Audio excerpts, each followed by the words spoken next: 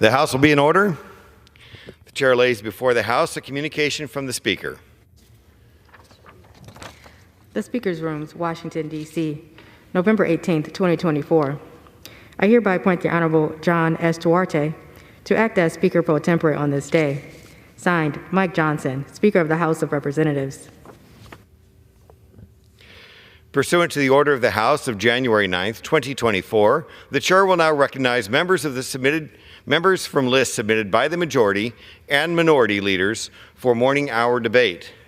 The Chair will alternate recognition between the two parties, with time equally allocated between the parties, and each member other than the majority and minority leaders and the minority whip limited to 5 minutes, but in no event shall debate continue beyond 1:50 p.m. The Chair recognizes the gentleman from Pennsylvania, Mr. Joyce, for 5 minutes.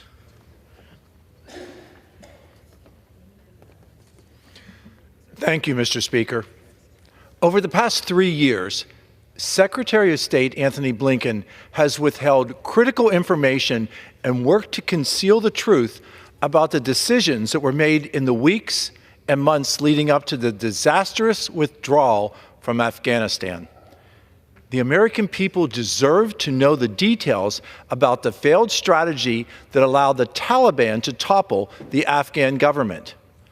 These failures have created a crisis that once again is providing a safe haven for terrorists in Afghanistan, giving space to Al-Qaeda and ISIS-K so that they can train, equip, and arm themselves to attack Americans and our allies. It's time to hold Secretary Blinken accountable for this cover-up and for the State Department to fully comply with the congressional investigation into the withdrawal that has put Americans into danger and the failures that resulted in the deaths of 13 courageous American service members at Abbey Gate. Thank you.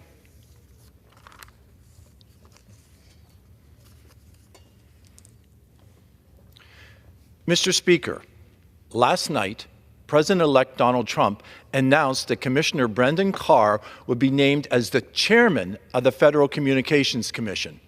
Over the past several years, I've been proud to work with Commissioner Carr to help deliver reliable, high-speed internet to the communities across South Central and Southwestern Pennsylvania.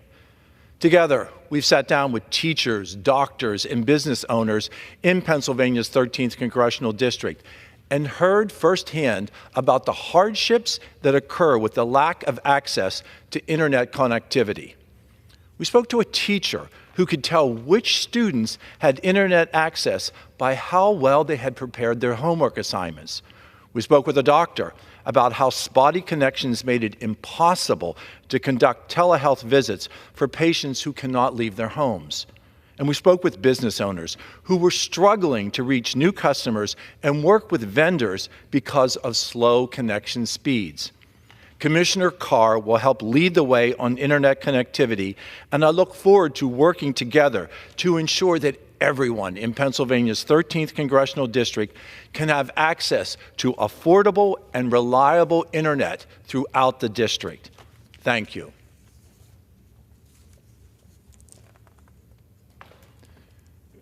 Mr. Speaker, under President Donald J. Trump, we used the energy that is underneath the feet of my constituents in Pennsylvania.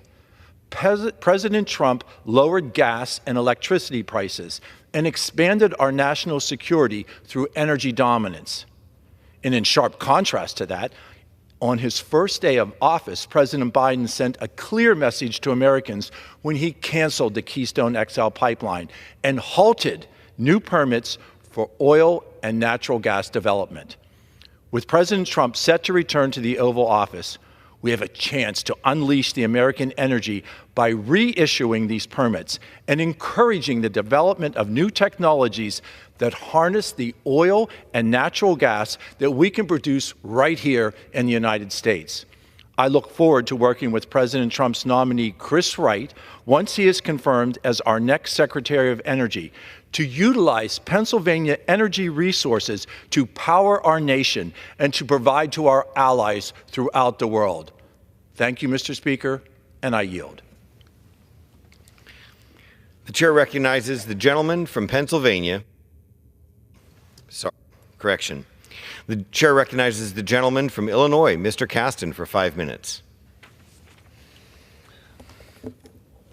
Mr. Speaker, last month, Congresswoman Dole and I, along with Senators Van Hollen and Durbin, led over 80 congressional Democrats to urge the Biden administration to impose financial sanctions on certain members of the Netanyahu government, specifically Israeli Finance Minister Bezalel Smotrich and National Security Minister Itamar Ben-Gvir for their role in the rise of settler violence, settlement expansion, and the general destabilization of the West Bank.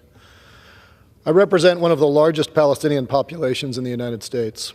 I've had constituents who have lost loved ones, have had family land seized, and even as American citizens have been detained in Israeli prisons simply for the crime of visiting their families.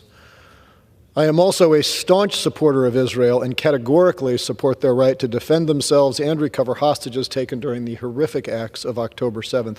And let us be very clear. There is no conflict between supporting the nation of Israel and the dignity of the Palestinian people, so long as you are committed to a permanent and durable regional peace in this lifetime. And that peace will never be realized until people on both sides of the Green Line have equal property rights, security, and opportunity. Now, that's not possible as long as Israeli hostages are being detained or as rockets continue to fly into Israel from Hezbollah, Hamas, and Iran. But it's also not possible as long as Palestinians in the West Bank are having their property confiscated, livestock killed, and their communities bulldozed. Violent settlers in the West Bank have carried out almost 1,300 known attacks against Palestinians since October 7th. At least 25 new outposts have been established. 70 illegal outposts were recognized and are eligible for funding by the Israeli government. All of these actions are illegal under international law. Earlier this year, President Biden issued Executive Order 14115 that authorized the imposition of sanctions on anyone determined to be, quote, responsible for, complicit in, or to have directly or indirectly engaged or attempted to engage in actions that threaten the peace, security, or stability of the West Bank. To date, President Biden has used this order to sanction Palestinian militant groups, organizations involved in violent extremist activity, instigators from the settler movement, and the outposts from which violent attacks are launched. But just as it is appropriate for Israel to target Hamas leadership in their response to October 7th, it is necessary for the United States to target financial sanctions on the leaders of the extremist settler movement.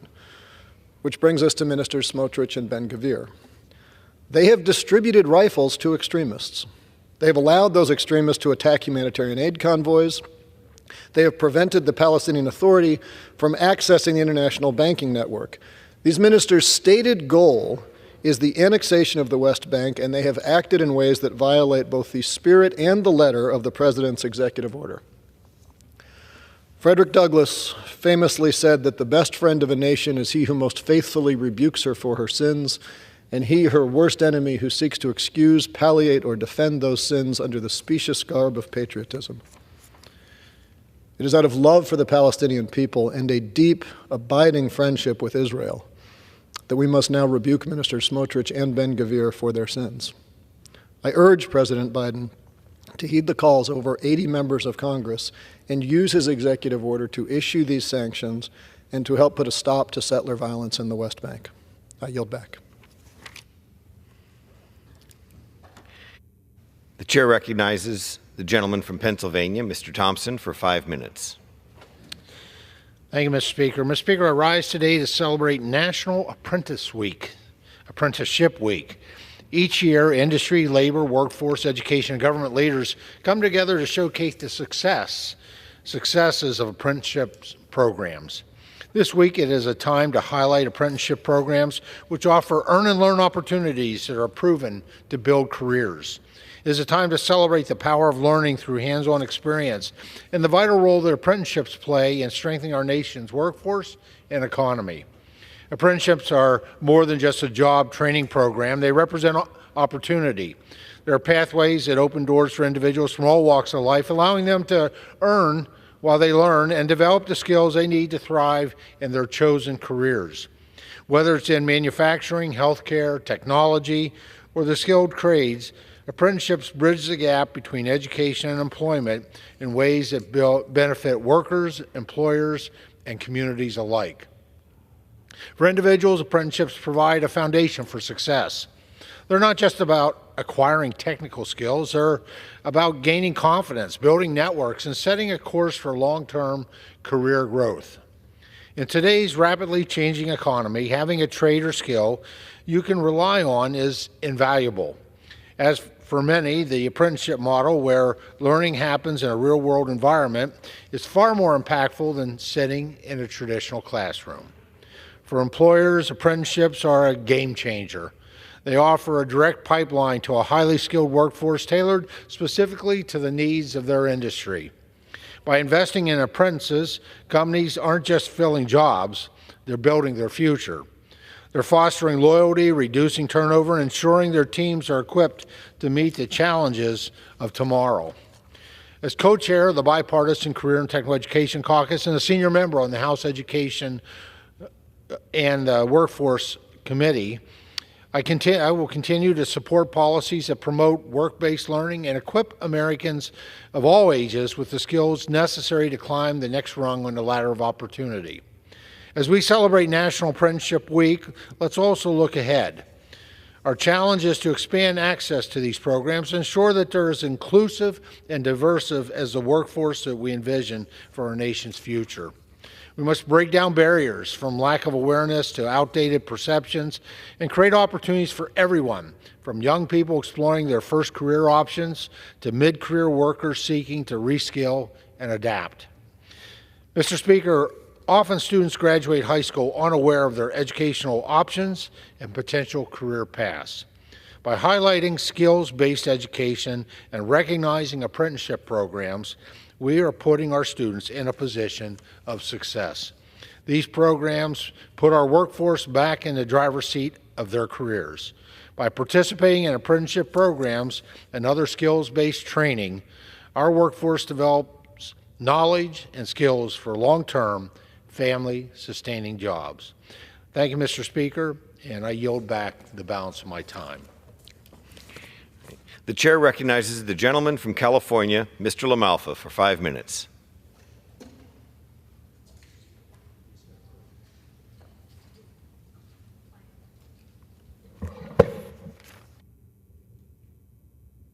Thank you to the gentleman speaker from California. Mr. Speaker, I wanted to point out the continued deception that keeps being fostered by government, by those that would tax us, by those environmental groups that want to corral us into their idea of where we should live and what their utopia is. And that keeps coming back to the carbon dioxide in our atmosphere, and that they believe, some believe actually is the greatest existential threat to the U.S. and to mankind. And I just have to continue to point out to folks that or hear this and they're scared into it. You know, I mean, the government does a good job and the media a good job of scaring people into things, like a good percentage of the COVID situation and then climate. So what are we talking about here? Well, here's my handy chart. In the yellow you see, and when I ask people, what percent of the atmosphere is CO2? You're hearing all this hype. I even ask it in committee hearings where we have expert panelists come and telling us about how they think we should shift our vehicles, you know, even trucks and trains to all electric, things like that.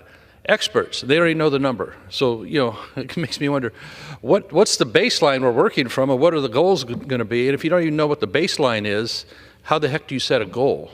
So here in yellow, again, when I ask people, they think, wow, man, it must be somewhere between 20, 50, 70%, right? No, it's here on the chart, we show that the yellow portion, our nitrogen in the atmosphere is 78%, nitrogen gas. Number 2, oxygen, 21%. Well, that's 99% right there. Oh, okay, third place, right?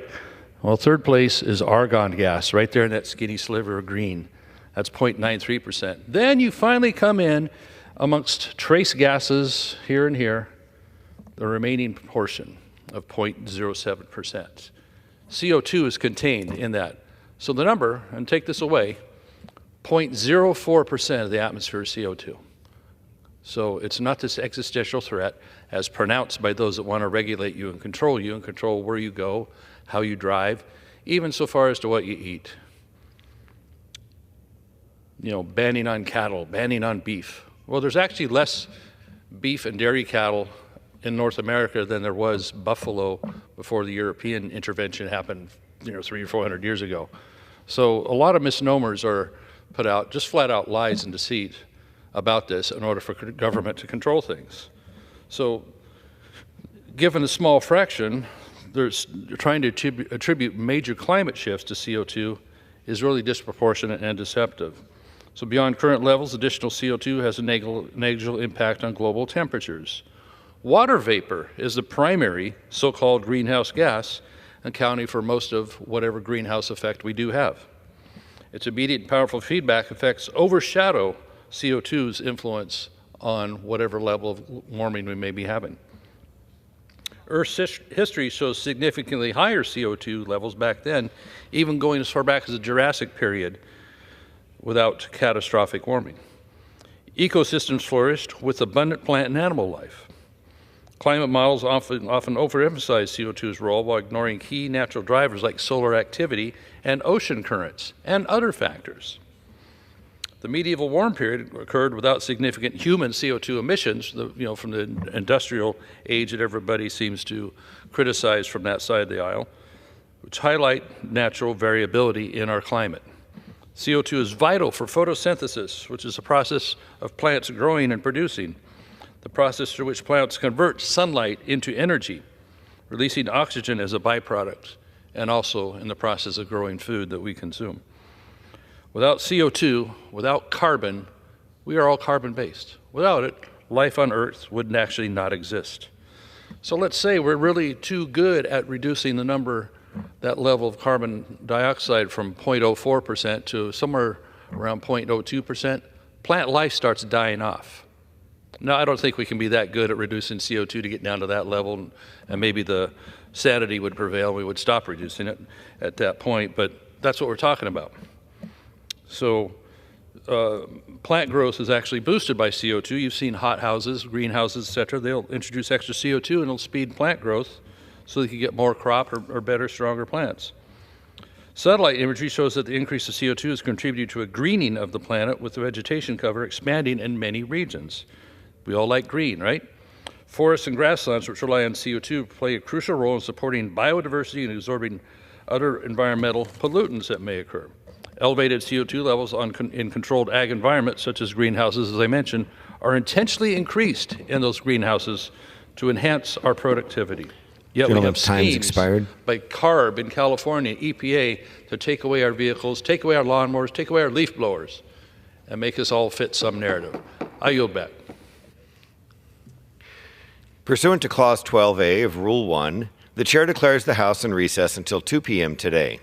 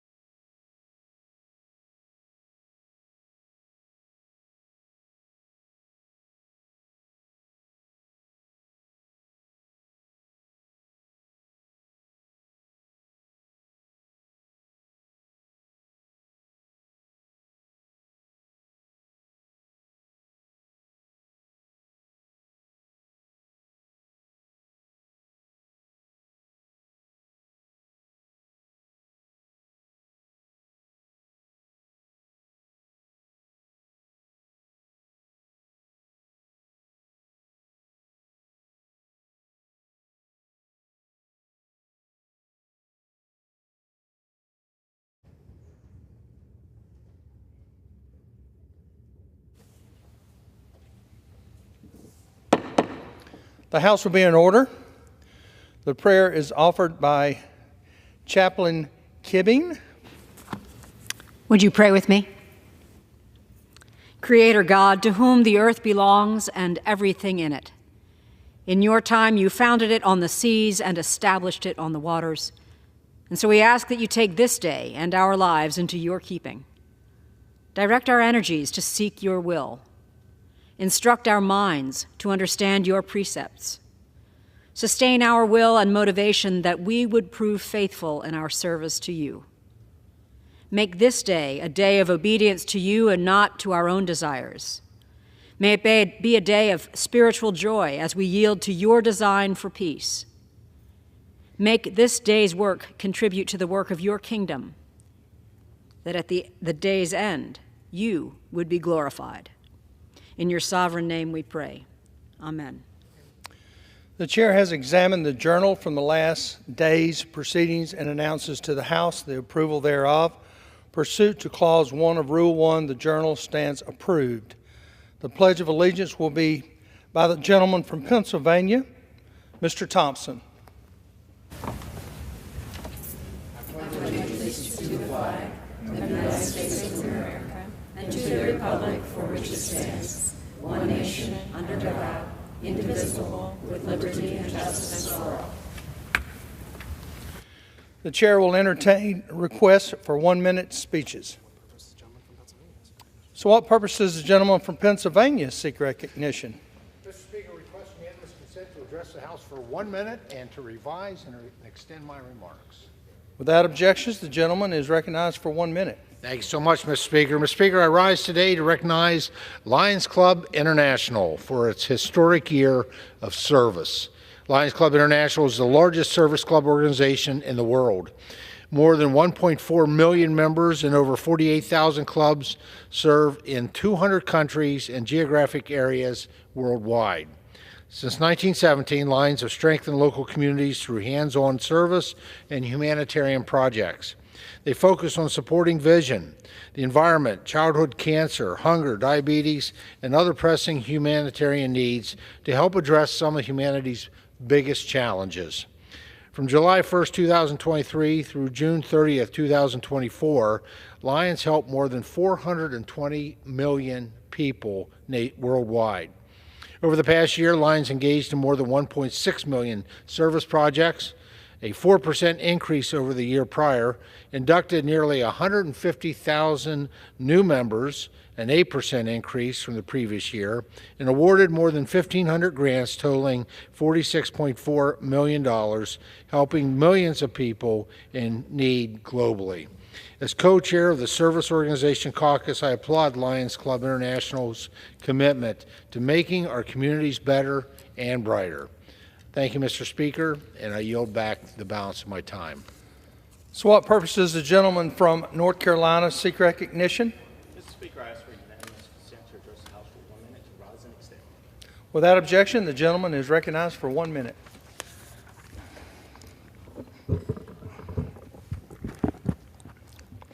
Mr. Speaker, I rise with a heavy heart as we have witnessed the devastating impact of Hurricanes Helene and Milton. These storms have wreaked havoc, homes lost, businesses destroyed, and lives upended.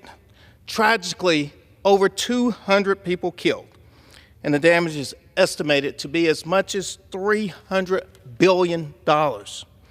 During this dark moment, we've seen the incredible resilience of the people across the Southeast. Our brothers and sisters in Western North Carolina are strong, united, and determined to rebuild. However, we cannot wait any longer. Our communities need help now. Congress must act swiftly and pass a supplemental appropriations bill. We must ensure federal resources are made available quickly and efficiently to support recovery efforts, whether for temporary housing, debris removal, or rebuilding infrastructure. Together, we will encourage for us to continue to move forward, to remain strong. Thank you, Mr. Speaker. I yield back. For what purpose does the gentlewoman from Virgin Islands seek recognition? I ask unanimous consent to address the House for 1 minute and to revise and extend my remarks. Without objections, the gentlewoman is recognized for one moment. Thank you, Mr. Speaker. I rise today to recognize the importance of the Virgin Islands Supreme Court, the highest court in the Virgin Islands of the United States. As a member of the bar of both New York and the Virgin Islands, as a former prosecutor and a former political appointee at the Justice Department, I understand how important our courts are. I congratulate Associate Justice Harold Willox on his recent investiture to the Virgin Islands Supreme Court. He boasts a distinguished career of more than 40 years as a jurist, as both a prosecutor and public defender, and served in multiple roles within the Virgin Islands Superior Court. I want to thank the Supreme Court for their continued commitment to making decisions in the strictest fidelity to justice. The independence of our courts has never been more critical. Democracy relies upon the judicial independence and the ability to deliver impartial, prompt decisions in accordance with the rule of law. We must keep our courts free from political influence or pressures to ensure our judges can make decisions solely on the law and the facts of a case. The integrity of the courts will determine the future of our nation. I yield back. Pursuant to Clause 12A of Rule 1, the Chair declares the House in recess subject to call of the Chair.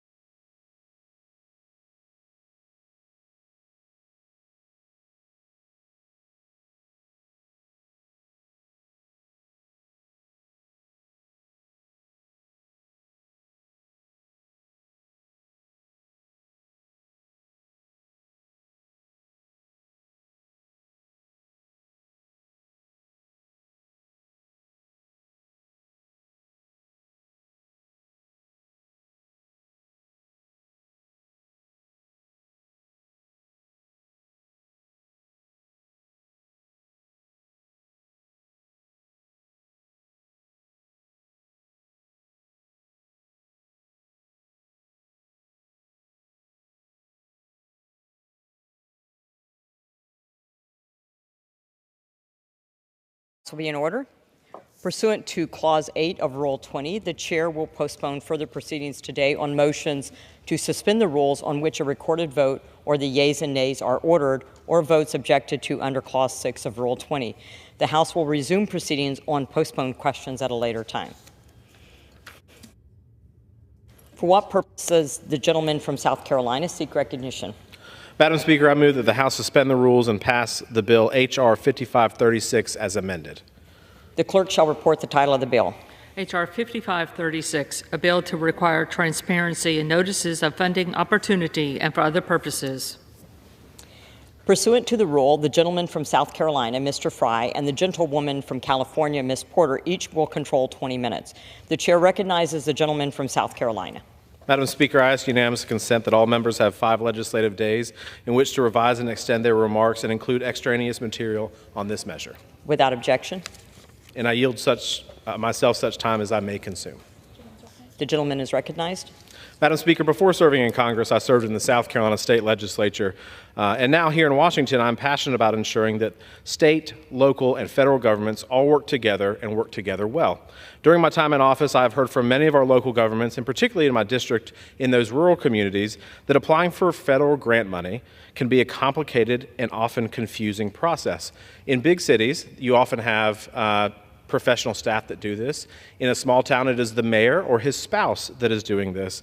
After putting time and effort into filling out a competitive grant application, applicants are left wondering why they were not chosen to be awarded federal grant money, especially if they met all the criteria listed when applying. This leads to grant applicants feeling as though their decisions are made behind closed doors. I think we can all agree that navigating the bureaucratic labyrinth known as Washington, D.C. can be complicated for local governments and for organizations. Grant writers and applicant staff may even be unaware of which selection criteria are weighted more heavily when filling out applications. The Grant Transparency Act requires federal government agencies to shine a light on their decision-making process when awarding federal grant competitive money. With this legislation, federal government agencies would be required to disclose their selection methods when awarding competitive grants. Specifically, the bill requires that notice of funding opportunities for all federal competitive grants to have 1, a description of any rating system, evaluation and selection criteria the agency uses to assess the grant application, 2, a statement on whether the agency uses a weighted scoring method and a description of that method, and 3, any other qualitative or quantitative merit-based approach the agency may use to evaluate applications. State and local governments across South Carolina's 7th Congressional District and nationwide compete for federal grant money on a continual basis. Federal grant money allows investment to come to our communities and improve the daily lives of our constituents, ranging from sewer and wastewater systems to airports, fire stations, and recreational facilities. These are all things that Americans rely on and utilize in their daily lives. The Grant Transparency Act would help out our local governments and organizations when they fill out applications to complete or compete for that funding. They deserve this transparency from their federal government. So today, let's empower grant applicants to put their best foot forward and bring those federal dollars home. I want to thank my Oversight Committee colleague Jasmine Crockett for co-leading on this bill. This simple bill has the potential to make a very meaningful impact in countless communities and nonprofits nationwide. I urge my colleagues to support this straightforward bipartisan bill, and I reserve the balance of my time. The gentleman reserves. The gentlewoman from California is recognized. I rise in support of H.R. 5536 and applaud Representatives Fry and Jasmine Crockett for their bipartisan leadership on this bill. H.R. 5536 aims to increase transparency in the federal grant-making review and award process. It does so by strengthening agency compliance with Title II of the Code of Federal Regulations, which describes the contents that notices of funding opportunities must include. It requires that each notice of funding opportunity for a competitive federal grant to include specific information about how applications will be assessed, providing all applicants with greater access to the information they need to submit competitive applications. The Biden-Harris administration has taken important steps to strengthen transparency in and improve accessibility to the federal grant-making process. For example, in April 2024, the Office of Management and Budget announced significant updates to the Uniform Grants Guidance, which governs how agencies make grants and provide other forms of financial assistance. The updates focused on reducing compliance costs, removing barriers to entry and accessibility, and making federal funds easier to track. HR 5536 is aligned with these goals, and I urge my colleagues to support it today. I reserve the balance of my time. The gentlewoman reserves. The gentleman from South Carolina is recognized. Thank you, Madam Speaker. I encourage all my colleagues to support this common sense and bipartisan bill to make the application process for competitive grants much more transparent on our local governments and our nonprofits. And with that, Madam Speaker, I yield the balance of my time. The gentleman yields back as the gentlewoman prepares to close. Madam Speaker, I have no further speakers and yield back the balance of my time. The gentlewoman yields back. The question is, will the House suspend the rules and pass the bill H.R. 5536? Those in favor say aye. Those opposed say no. In the opinion of the chair, 2/3 being in the affirmative, the rules are suspended, the bill is passed, and without objection, the motion to reconsider is laid on the table. For what purpose does the gentleman from South Carolina seek recognition? Madam Speaker, I move that the House suspend the rules and pass the bill H.R. 5658 as amended. The clerk shall report the title of the bill. H.R. 5658, a bill to amend Title 39, United States Code to require mail-in ballots to use the Postal Service barcode service and for other purposes. Pursuant to the rule, the gentleman from South Carolina, Mr. Fry, and the gentlewoman from California, Ms. Porter, each will control 20 minutes. The chair recognizes the gentleman from South Carolina. Madam Speaker, I ask unanimous consent that all members have 5 legislative days in which to revise and extend their remarks to include extraneous material on this measure. Without objection? I yield myself such time as I may consume. The gentleman is recognized. Thank you, Madam Speaker. I rise in support of H.R. 5658, the Vote by Mail Tracking Act. Every American citizen who votes deserves to know that their vote has been counted and their voice has been heard. This bill, the Vote by Mail Tracking Act, would ensure that this is the case. H.R. 5658 requires that all ballots for federal election mailed within the United States to or from a voter contain a post-service barcode. This barcode would allow voters to track the status of their ballot in the United States Postal Service system, allowing voters to know in real time when their ballot is received by the Postal Service, when it is in transit, and when it has arrived at their election authority. Beyond a Postal Service barcode, under the bill, the ballot must meet other requirements, including utilizing Postal Service's envelope design standards. Additionally, the ballot must include the official election mail logo or any future logo the Postal Service establishes for ballots. While I encourage every citizen who wishes to vote in person on Election Day to do so, many states have adopted vote-by-mail policies. We must take the integrity of our elections seriously and account for the fact that a significant number of Americans choose to cast their ballots by mail. This bill is common sense, bipartisan response to rising level of mail-in voting nationwide and will put in place requirements to ensure that the U.S. Postal Service can more efficiently handle and more transparently track the mail ballots of every American citizen. I want to thank my colleagues, Representatives Porter, Donalds, and Mace for their work on this important legislation. I encourage all my colleagues to support this bill, and I reserve the balance of my time. The gentleman reserves. The gentlewoman from California is recognized. Madam Speaker, I yield myself such time as I may consume. Without objection. Regardless of party affiliation, every voting American wants to be confident that their ballot will get processed. No matter who we vote for, we all want our ballots to get smoothly to their final destination on time to be counted. After all, this desire applies to anything important that we want processed. When was the last time anyone here sent a family heirloom through the mail to their relative without getting a tracking number? And who hasn't tracked an order of clothing or medicine at least once? I don't know about you, but for me, it's comforting to know what city my new shoes are in when they're being shipped so they know they're truly on the way. Ballots are so much more important than shoes. When something is important to us, we all want to know it's in good hands, and our ballots are no exception.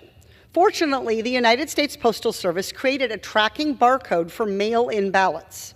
But unfortunately, right now, not everyone gets to use ballot envelopes that meet the Postal Service design requirements. That's why I joined Republican Representatives Byron Donalds and Nancy Mace in introducing the Vote by Mail Tracking Act to fix that problem. Under this nonpartisan bill, every ballot envelope will meet Postal Service standards and get a tracking barcode. Voters of all political stripes can have confidence that their ballot is accounted for along the journey to our election officials. This common sense modernization can improve transparency and trust in our elections for Republicans, Democrats, and independents alike. And that's exactly why this bill is led by 10 Republicans and 10 Democrats who represent every major ideological caucus in the House. That includes both Chairman Comer and Ranking Member Raskin. Two people named Jamie who couldn't be more different, but both co-sponsor this bill. Folks, it just doesn't get more bipartisan than this bill. These days, it can be hard enough just to get Democrats to agree with Democrats and Republicans to agree with Republicans in this Congress, let alone to have conservatives, moderates, progressives, and members somewhere in between all teaming up to back legislation. Yet the Vote by Mail Tracking Act has support from every corner of the House because it's not partisan. It's just good policy. If the shipment carrying Christmas presents that I order online is trackable, then we should certainly all expect something as valuable and as sacred as our ballots to be trackable too. And this bill doesn't just make things more streamlined for the American people, it also makes processing easier and more efficient for the Postal Service, reducing its burden and making efficient use of taxpayer dollars. I want to thank all of my colleagues who co-sponsored this legislation and unanimously voted to advance it out of the Oversight Committee. A special thank you to Chairman Comer, Ranking Member Raskin, and their staff for their work on this bill. The Vote by Mail Tracking Act is truly a reflection that it is still possible, even in this political moment, to find consensus in Washington and come together on real solutions. I urge every single member of this body to support it. I reserve the balance of my time. The gentlewoman reserves. The gentleman from South Carolina is recognized. Madam Speaker, I have no further speakers and am prepared to close. The gentleman reserves. The gentlewoman from California is recognized. Madam Speaker, I have no further speakers. I urge the passage of H.R. 5658, and I yield back the balance of my time. The gentlewoman reserves. The gentleman yields back. Thank you, Madam Speaker. I encourage my House colleagues to support this bipartisan common sense bill that will help further build trust in the American federal elections in the future. I yield back the balance of my time. The gentleman yields. The question is, will the House suspend the rules and pass H.R. 5658 as amended? Those in favor say aye. Those opposed, no. In the opinion of the chair, two-thirds being in the affirmative. For what purpose does the gentleman from South Carolina seek recognition? Madam Speaker, I request a recorded vote. Does the gentleman request the yeas and nays? Yes. These are requested. All those in favor of taking this vote by the yeas and nays will rise and remain standing until counted. A sufficient number having risen, the yeas and nays are ordered. Pursuant to Clause 8 of Rule 20, further proceeding of this question will be postponed. For what purpose does the gentleman from South Carolina seek recognition? Madam Speaker, I move that the House suspend the rules and pass the bill H.R. 825 as amended. The clerk shall report the title of the bill. H.R. 825, a bill to prohibit contracting with persons that have business operations with the Maduro regime and for other purposes. Pursuant to the rule, the gentleman from South Carolina, Mr. Fry, and the gentlewoman from California, Ms. Porter, each will control 20 minutes. The chair recognizes the gentleman from South Carolina. Madam Speaker, I request unanimous consent that all members have 5 legislative days in which to revise and extend their remarks and include extraneous material on this measure. Without objection. Madam Speaker, I yield myself such time as I may consume. So recognized. Thank you, Madam Speaker. The people of Venezuela have faced years of repression. Political persecution, human rights abuses, and press censorship are all commonplace under the brutal, illegitimate, and anti-American regime of Nicolas Maduro, a regime closely allied with Russia, Iran, Cuba, and the People's Republic of China. The American government should always stand in solidarity with the long-suffering people of Venezuela and against the Maduro dictatorship. Part of that solidarity should be to ensure that Maduro regime is denied any resources that will allow it to continue the oppression of its own citizenry. This past July, Maduro and his representatives falsely claimed victory in Venezuela's presidential election. Maduro has since been accused of intimidating and repressing his opposition in order to cling to power. And a couple of months ago, on September 12th, the United States sanctioned 16 of Nicolas Maduro's allies in response to accusations that they engage in human rights abuses and election obstruction. While not all of Maduro's allies will be subject to sanction, the money of hardworking U.S. taxpayers should not ultimately find its way to those who support the regime of a ruthless dictator. H.R. 825 is straightforward. It requires federal agencies to ensure that they are not contracting with any entity that conducts significant business operations with Maduro and his allies. That said, it also includes appropriate exceptions, such as situations of national security for the purposes of providing humanitarian assistance, disaster relief, and other urgent life-saving measures, or to carry out non-combatant evacuations. This is not a new concept to the U.S. Congress. In the fiscal year 2020, NDAA contained a provision, Section 890, that prohibited the Pentagon from entering into contracts with companies that also have contracts with any Venezuelan government entity under Maduro's control. As with H.R. 825, there are waivers for contracts related to providing humanitarian assistance and disaster relief, among other exceptions. The Bolivar Act would extend the prohibitions under Section 890 to the rest of the federal government. I support the Bolivar Act and want to thank my colleagues on the committee, Representative Mike Waltz and Representative Debbie Wasserman Schultz, for leading this bill. I ask that all of my colleagues support H.R. 825, a measured response and a most timely piece of legislation. I reserve the balance of my time. The gentleman reserves. Gentlewoman from California is recognized. Madam Speaker, I yield myself such time as I may consume. Without objection. The Bolivar Act would temporarily prohibit executive agencies from entering into contracts for the procurement of goods or services with any person or business that they determine, with the concurrence of the Department of State, knowingly engages in significant business operations with the Maduro regime in Venezuela. The bill goes on to list certain exceptions, including contracts vital to U.S. national security or necessary for the purposes of providing humanitarian assistance, disaster relief, or other urgent life-saving measures, or to carry out non-combatant evacuations. I certainly understand the motivation behind this bill. The Maduro regime's blatant disregard of the recent election results in Venezuela is a violation of international law and has left the regime more isolated than ever. I know that the administration has some concerns about this bill. However, the Department of Defense, which conducts almost 2/3 of federal procurement, has had a policy in place like the Bolivar Act for 2 years now. I thank the majority for working with us to address some of those concerns in the bill before us today. I reserve the balance of my time. The gentleman reserves. The gentleman from South Carolina is recognized. Madam Speaker, I have no further speakers and am prepared to close. Gentleman's prepared to close. The gentlewoman is recognized. Yes, Madam Speaker, I have no further speakers, and I yield back the balance of my time. The gentlewoman yields.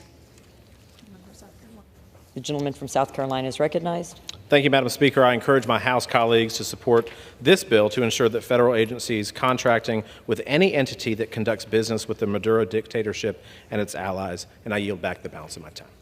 The gentleman yields. The question is, will the House suspend the rules and pass H.R. 825 as amended? Those in favor say aye. Those opposed, no. In the opinion of the chair, 2/3 being in the affirmative, the rules are suspended. The bill is passed, and without objection, the motion to reconsider is laid on the table.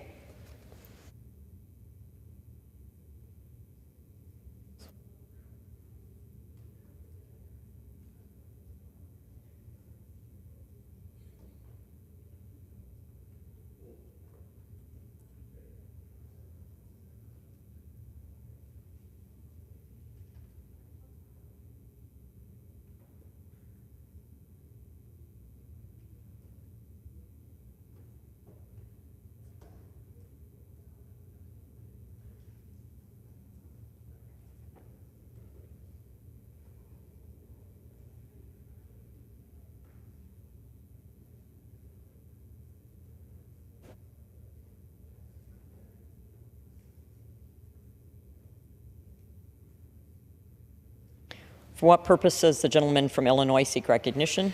Speaker, I move to suspend the rules and pass S3126, the Mark R. Place Act.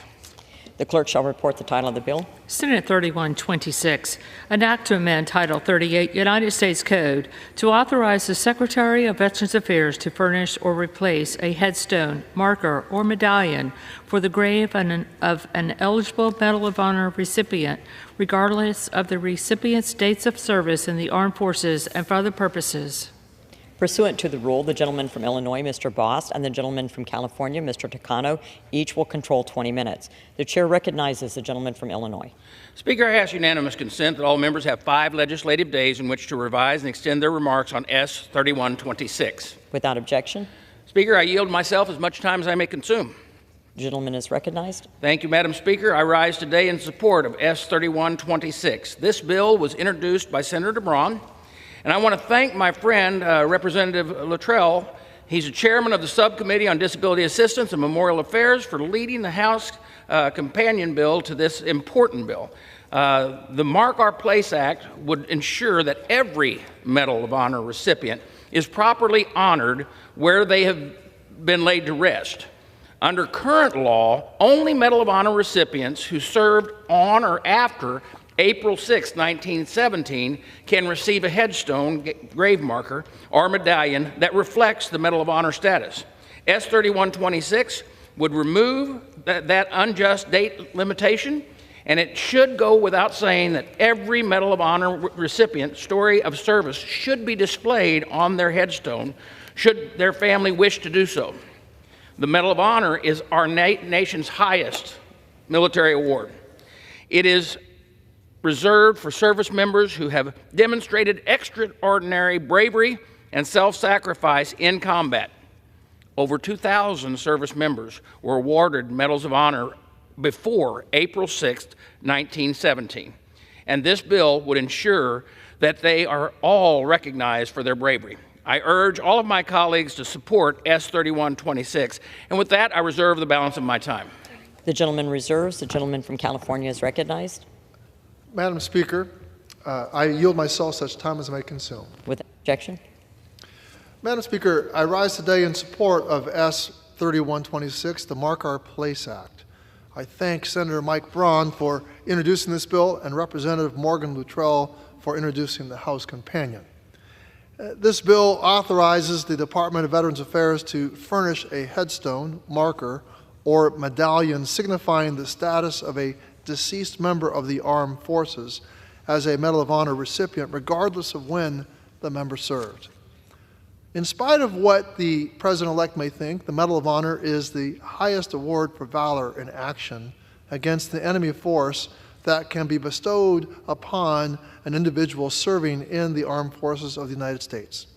And since 1976, VA has provided distinctive government-furnished headstones and markers for Medal of Honor recipients to recognize this prestigious honor. Under current law, only Medal of Honor recipients who served after 1917 are eligible for such markers, meaning many recipients, principally from the Civil War era, have not been able to receive the full array of honors from VA. This bill will remedy that situation and allow descendants of those recipients who served prior to 1917 to request appropriate markers to honor their loved one. I support this legislation, and I reserve the balance of my time. The gentleman reserves. The gentleman from Illinois is recognized. Madam Speaker, I now yield 3 minutes to my good friend and the chairman of the DAMA Committee, Representative Morgan Luttrell from Texas. The gentleman is recognized. Thank you, Chairman Boss. Madam Speaker, I'm honored to be here today to speak on S3126, the Mark Our Places Act. I was proud to lead the House Companion Bill, H.R. 6507. Under current law, VA is only authorized to furnish or replace a headstone, grave marker, or medallion for only those Medal of Honor recipients who served on or after April 6, 1917. The Mark Our Place Act would remove unnecessary red tape that prohibits the VA from providing headstones with Medal of Honor markers to veterans buried in private cemeteries. These veterans have risked everything to protect our freedoms, and honoring their service and sacrifices should be timeless. We must ensure that every recipient of our nation's highest military decoration is recognized for their heroism. I'd like to thank Senator Braun, Chairman Boss, and Ranking Member Takana. I urge my colleagues to support S. 3126, and I yield back the balance of my time. Madam Speaker, I have no more speakers, and I am ready to close, and I reserve the balance of my time. The gentleman reserves. The gentleman from California is recognized. Madam Speaker, I have no further speakers. I'm prepared to close. The gentleman is recognized. Thank you, Madam Speaker. I support S. 3126, the Mark Our Place Act, and I yield back the balance of my time. The gentleman yields. The gentleman from Illinois is recognized. Thank you, Madam Speaker. Once again, I encourage members to support this legislation, and I yield back the balance of my time. The gentleman yields. The question is, will the House suspend the rules and pass Senate 3126? Those in favor say aye. Aye. Those opposed, no. In the opinion of the chair, 2/3 being in the affirmative, the rules are suspended, the bill is passed, and without objection, the motion to reconsider is laid on the table. For what purpose does the gentleman from Illinois seek recognition? Speaker, I move to suspend the rules and pass S. 2181, the Keeping Military Families Together Act of 2024, as amended. The clerk will report the title of the bill. Senate 2181, an act to amend Title 38 United States Code to repeal the sunset on entitlement to memorial headstones and markers for commemoration of veterans and certain individuals, and to repeal the sunset on authority to bury remains of certain spouses and children in national cemeteries and for other purposes. Pursuant to the rule, the gentleman from Illinois, Mr. Boss, and the gentleman from California, Mr. Takano, will each control 20 minutes. The chair recognizes the gentleman from Illinois. Madam Speaker, I ask unanimous consent that all members have 5 legislative days in which to revise and extend their remarks on S. 2181 as amended. Without objection. Speaker, I yield myself as much time as I may consume. The gentleman is recognized. Thank you, Madam Speaker. I rise today in support of S. 2181 as amended. This bill was introduced by Senator Peters and my colleagues, Representative James and Representatives Rossenthaler, introduced companion bills. This bill ensures that veterans can be laid to rest and mourn together with their spouses and children. Under current law, VA can inter certain family members together with their veteran loved one in a VA national cemetery only if those family members passed away before September 30th, 2025. VA can provide headstones or markers for certain family members whose remains are unavailable for burial only if they pass away before September 30th, 2025. S. 2181 as amended would extend those dates limitations. As a veteran myself, it is a deeply personal issue to me. We must ensure that veterans and their families have the option of being laid to rest together. Therefore, I urge my colleagues to support S. 2181 as amended. And with that, I reserve the balance of my time. The gentleman reserves. The gentleman from California is recognized. Thank you, Madam Speaker. I yield myself such time as may consume. The gentleman is recognized. Thank you, Madam Speaker. I rise today in support of S. 2181 as amended, the Keeping Military Families Together Act. I thank Senator Gary Peters for introducing this bill and Representative Chris Pappas, ranking member of the Disability Assistance and Memorial Affairs Subcommittee, for introducing similar legislation in the House. This bill extends 2 Department of Veterans Affairs burial benefits provided to spouses and dependent children of veterans or active duty service members. Specifically, the bill requires VA to provide memorial headstones or markers for spouses or dependent children of veterans and service members who were serving on active duty at the time of the spouse's or child's death. Additionally, the bill authorizes burial in any open national cemetery under the control of the National Cemetery Administration for a spouse or dependent child of veterans or service members who were serving on active duty at the time of the spouse's or child's death. Madam Speaker, these burial authorities were set to expire at the end of October, and many families would have been faced with extremely difficult decisions about where to inter their loved ones. Thankfully, we were able to extend these authorities for an additional year and the most recent continuing resolution. However, families of veterans need more certainty. And while I'm disappointed that we couldn't extend these authorities permanently, as Senator Peters and Ranking Member Pappas had originally intended, the additional 7 years presented in this bill will allow for will still allow for some time, for some long-term end-of-life planning for many families.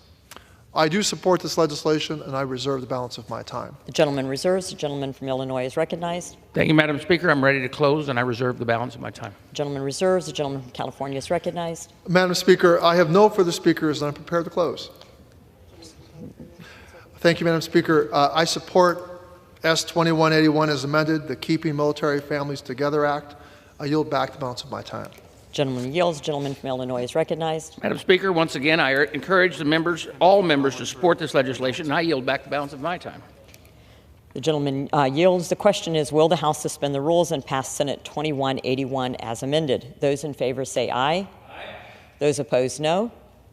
In the opinion of the chair, 2/3 being in the affirmative, the rules are suspended, the bill is passed, and without objection, the motion to reconsider is laid on the table. Without objection, the title is amended.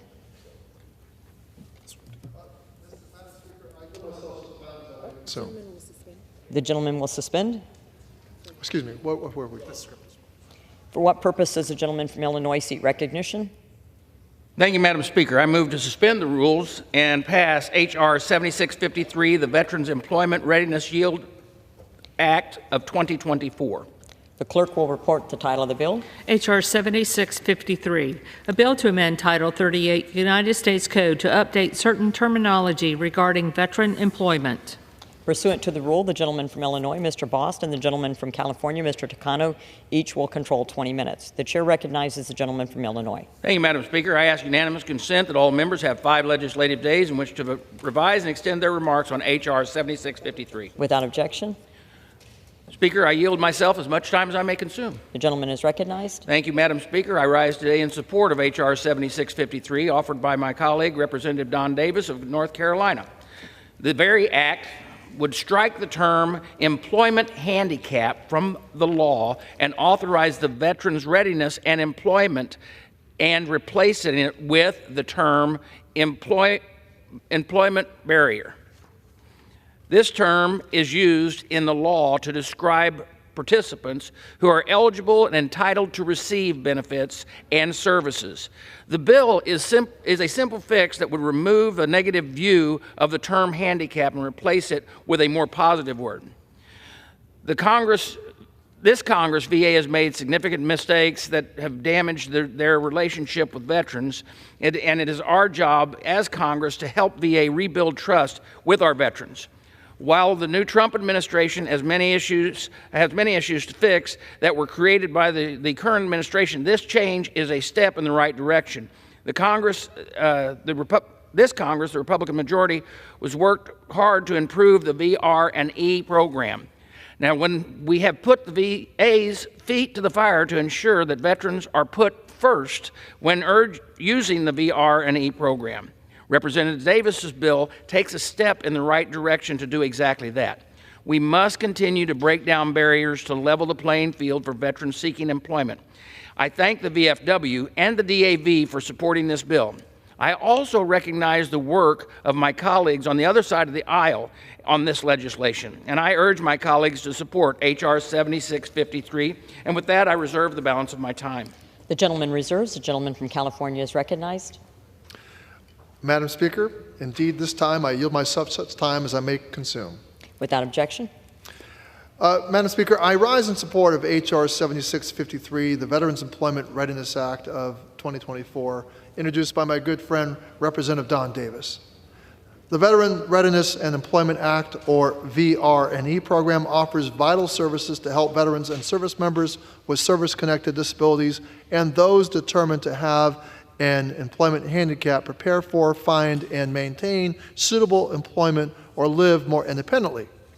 This bill would replace the terms employment handicap and serious employment handicap with the terms employment barrier and serious employment barrier. Historically, the term handicap has been associated with disadvantage or burden, which does not accurately reflect our veteran population. By making this change, we acknowledge the challenges that veterans with service-connected disabilities often face in the job market. Eliminating the stigma associated with these disabilities will encourage more veterans to participate in the VR&E program, ultimately assisting them in preparing for and securing meaningful employment. The Department of Veterans Affairs requested this change, which has bipartisan support and incurs no cost. I want to thank Mr. Davis for his work on veterans issues during his first term in office. I'm proud of his work to open doors at VA for more veterans so they may access the benefits they have earned through their service. I urge all members to support this legislation, and I reserve the balance of my time. The gentleman reserves. The gentleman from Illinois Madam is recognized. Speaker, I have no more speakers, and I'm ready to close it, but I reserve the balance of my time. The gentleman reserves. The gentleman from Illinois or California is recognized. Madam Speaker, I now would like to yield such time as he may consume to my good friend and also a veteran who is a member of the House Agriculture Committee and House Armed Services Committee, the gentleman from North Carolina, Representative Donald Davis. The gentleman from North Carolina is recognized. Thank you, Madam Speaker, and to the ranking member and the chair. I rise in support of H.R. 7653, the Veterans Employment Readiness Yield Act. On behalf of North Carolina's 1st Congressional District veterans, which I'm proud to represent, I urge my colleagues to vote in favor of this legislation. I thank Congressman Siskimani in particular, who co-led the bill with me, the House Veterans Affairs Committee for moving it forward. Also, the Disabled American Veterans and Paralyzed Veterans of America for endorsing this legislation. H.R. 7653 amends terminology in the Veteran Readiness Employment Program to replace the term employment handicap with employment barrier and the term serious employment handicap with serious employment barrier, while leaving the definitions unchanged. The Veteran Readiness Employment Program helps former service members find jobs and ensure the mental and financial well-being. Updating the terminology will improve efficiency and encourage disabled veterans to use the VRE program. No veteran should have any discomfort advocating for themselves and seeking help for their service-connected disabilities. We will not stop fighting until every disabled veteran has what they need to get the assistance that they deserve and have earned. Thank you, and I yield back. The gentleman yields. The gentleman from Illinois is recognized. I have no more speakers, and I'm ready to close. I reserve. Gentleman from California is recognized. Madam Speaker, I have no further speakers, and I'm prepared to close. The gentleman is recognized. Thank you, Madam Speaker. I support H.R. 7653, the Veterans Employment Readiness Act of 2024, and I yield back the balance of my time. The gentleman yields. The gentleman from Illinois is recognized. Madam Speaker, once again, I encourage members to support the legislation, and I yield back the balance of my time. The gentleman yields. The question is, will the House suspend the rules and pass the bill H.R. 7653 as amended? Those in favor say aye. Aye. Those opposed say no. The question is, will the House suspend the rules and pass the bill H.R. 7653? Those in favor say aye. Those opposed say no. In the opinion of the chair, 2/3 being in the affirmative, the rules are suspended and the bill is passed without objection. The motion to reconsider is laid on the table. For what purpose does the gentleman from Illinois seek recognition? Madam Speaker, I move to suspend the rules and pass H.R. 8371 as amended. The Senator Elizabeth Dole 21st Century Veterans Health Care and Benefits Improvement Act. The clerk will report the title of the bill. H.R. 8371, a bill to make certain improvements in the laws administered by the Secretary of Veterans Affairs and for other purposes.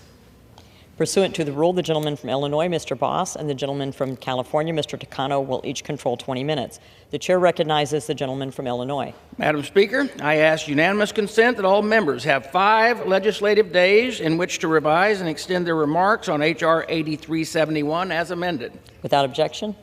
Thank you, Madam Speaker. I yield myself as much time as I may consume. The gentleman is recognized.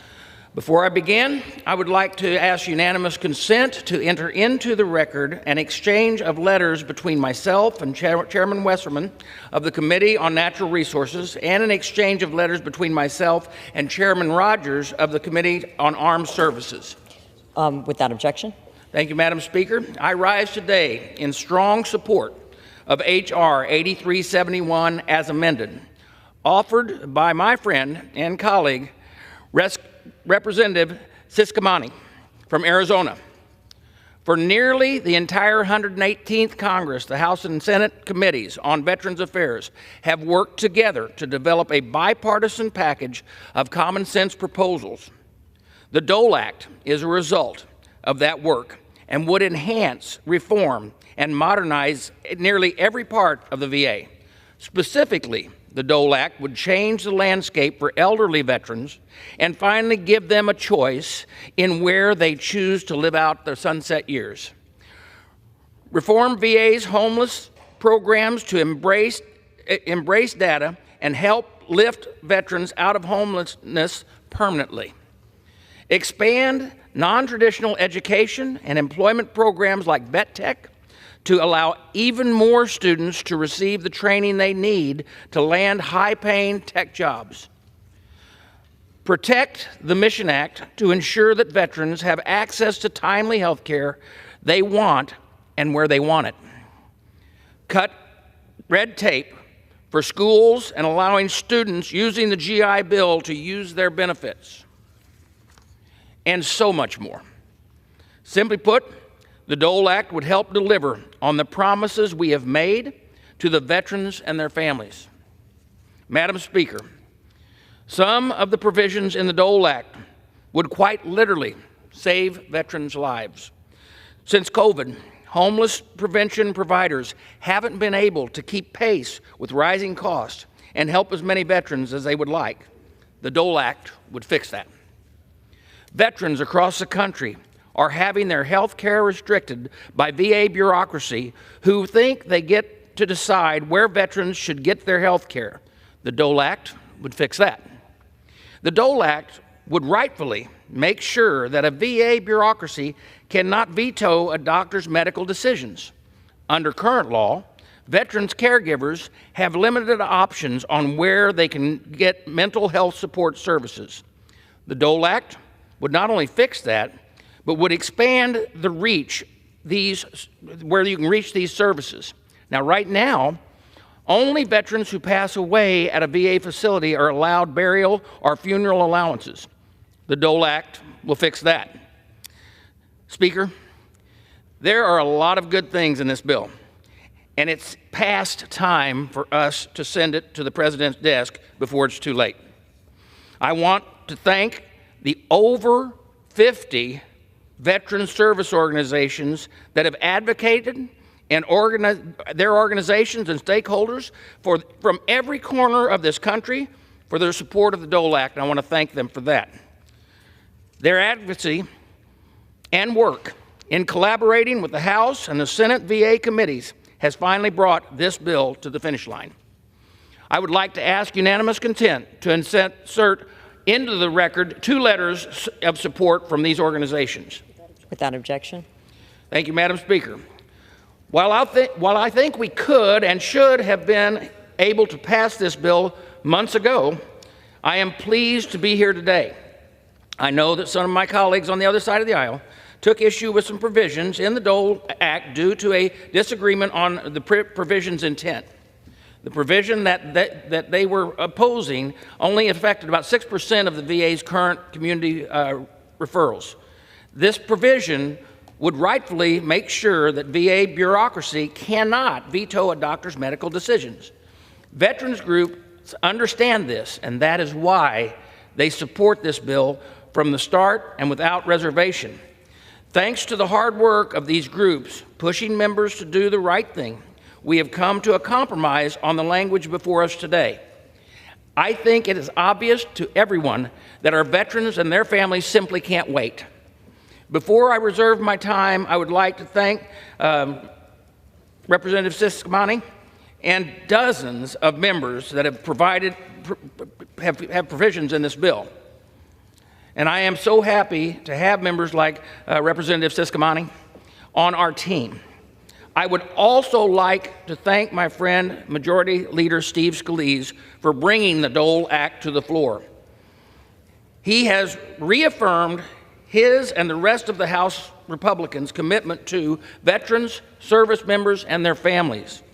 And last, and certainly not least, I want to personally thank my friend and recent Presidential Medal of Freedom recipient, this bill's namesake, Senator Elizabeth Dole, for working for months to get this bill to where it is today. Our nation's veterans have no better friend than Senator Dole, and I'm honored that she is with us here today. Madam Speaker, 2 weeks ago, the American people voted us a mandate to fix problems they talked about at their kitchen tables and affect their families and communities every single day. The Dole Act is the foundation for that work to begin for the veterans community. I urge my colleagues to do right by the veterans and support the bill. And with that, I reserve the balance of my time. The gentleman reserves. The gentleman from California is recognized. Thank you, Madam Speaker. I yield myself such time as I may consume. Without objection, the gentleman is recognized. Madam Speaker, I rise in support of H.R. 8371 as amended, the Senator Elizabeth Dole 21st Century Veterans Health Care and Benefits Improvement Act. This omnibus package of veterans legislation isn't perfect. Such packages rarely are. However, it achieves progress on many of the goals we set out to accomplish at the beginning of the 118th Congress. The backbone of this bill is legislation that was originally introduced by my colleague, Julia Brownley, the ranking member of the House Veterans Affairs Subcommittee on Health. Representative Brownley has worked tirelessly for nearly 3 years to pass the Elizabeth Dole Home Care Act, H.R. 542. This bill will enable veterans to remain at home, safely age in place, and avoid or delay admission to nursing homes and other costly institutional settings of care by expanding veterans' access to home and community-based services such as home health aides. This legislation will also help connect veterans' caregivers to respite care and other support services that help them care for veterans at home. Further, it will help improve VA's coordination with other federal long-term care programs that promote aging at home. So I'm very thankful to my colleague and her important work, Julia Brownley, but I know she worked very closely with Senator Elizabeth Dole, and Senator Dole has risen to an amazing stature in our country, and I'm so proud that she is also here in this chamber with us today, as the chairman mentioned. And I hope someone will get her a blanket because it is so dang cold in this chamber that I don't want her to freeze up there. This legislation is an investment in care for millions of veterans and current service members who need this help now and in the future. And despite the great need for this bill, it has been an uphill battle to get it passed. This chamber had an opportunity almost a year ago to pass the Elizabeth Dole Home Care Act as a standalone bill. Unfortunately, House Republicans decided to bring a version to the floor they knew the Senate wouldn't pass. And why would they do that, you may ask? Well, because they decided to hold the Elizabeth Dole Home Care Act and other bipartisan policy priorities hostage, attempting to use them as leverage to achieve their goal of outsourcing more VA care to for-profit health care providers. The Democratic caucus stood firmly against these efforts. It can be difficult and isolating to stand on policy principles, but I will always do so when the future of veterans' health care is on the line. And it is. The system is already straining, and if we don't take real and serious action, it will break. House Republicans attempted nearly for a year to use H.R. 8371 to advance harmful provisions that would have undermined health care directly provided by VA, driving veterans to for-profit, lower-quality care from contracted providers. We want VA to remain a strong provider of care instead of diminishing it to nothing more than an insurance company where profits are prioritized over outcomes for veterans. Madam Speaker, if we've learned anything during the 118th Congress, it is that anything meaningful that we have accomplished has been done on a bipartisan basis with Democratic votes. It should never have taken this long to get here, but last week we successfully negotiated a compromise on the most objectionable provision of H.R. 8371, which will preserve VA health care for current and future generations of veterans. Unfortunately, in the year it took to get to this point, House Republicans also held hostage critical legislation to help homeless veterans.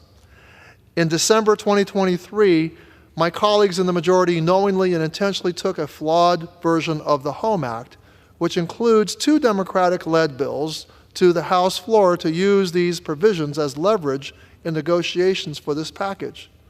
They used homeless veterans as political pawns in the same way that they did with elderly and disabled veterans and their caregivers. Meanwhile, VA and its community partners continued doing the hard work to help veterans experiencing homelessness.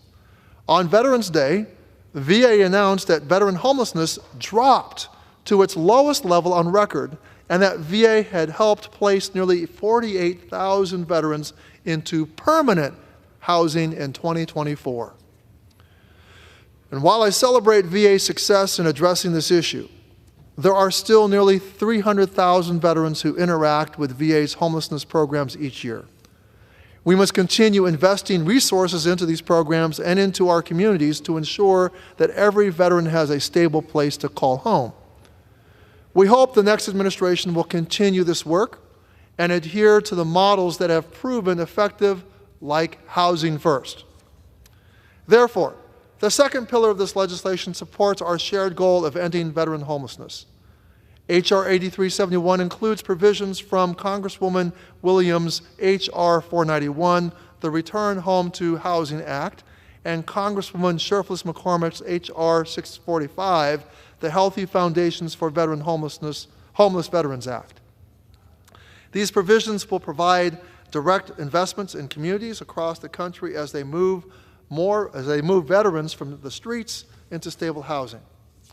Now, during the pandemic, VA used authorities contained in Representative Williams' bill to enhance the services that traditional housing providers could offer to veterans through an increased per diem reimbursement rate.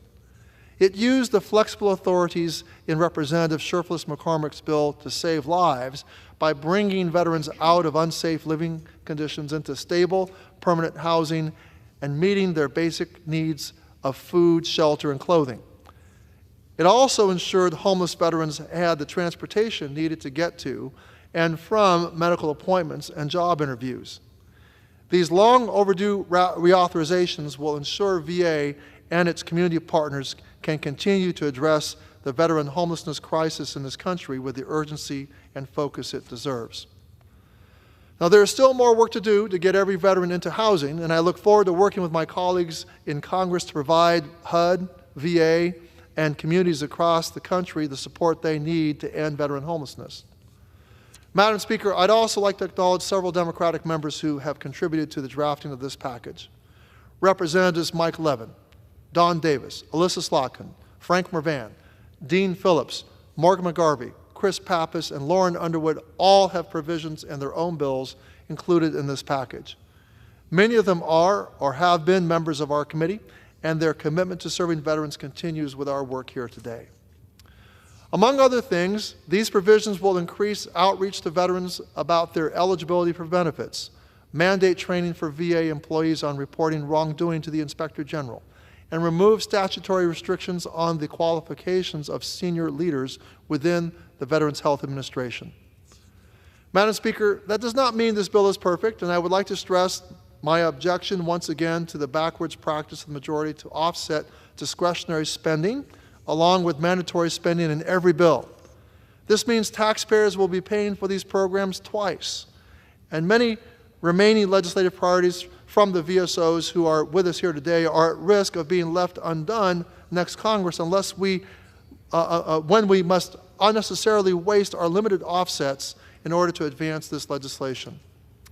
Also missing from this package is a strong piece of bipartisan, bicameral, good government legislation that would have installed much-needed guardrails on VA's electronic health record modernization project.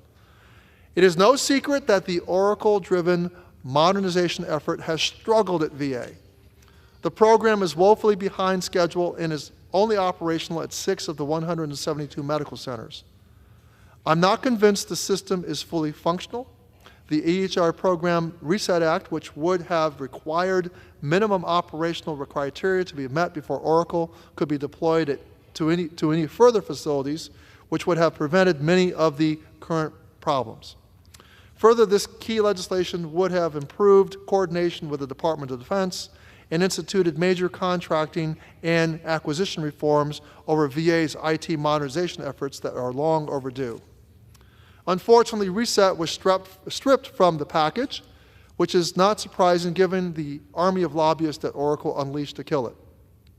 That said, I would like to thank the Veteran Service Organization community and other stakeholders whose tireless efforts and refusal to compromise their values proved critical in finally getting our Republican majority back to the negotiating table to reach a compromise on H.R. 8371 last week. As we saw with the passage of the PACT Act, we know good things can be accomplished when VSOs are unified and committed to doing the right thing. I'm glad that House Democrats also held firm to our values in negotiations and fought to preserve VA health care for current and future generations of veterans. This package has taken more than a year to get to the finish line, but I'm pleased that we as a caucus will be able to support passage on this compromise today. With that, Madam Speaker, I reserve the balance of my time. The chair reminds members that the rules do not permit members to refer to persons in the gallery. The gentleman reserves. The gentleman from Illinois is recognized.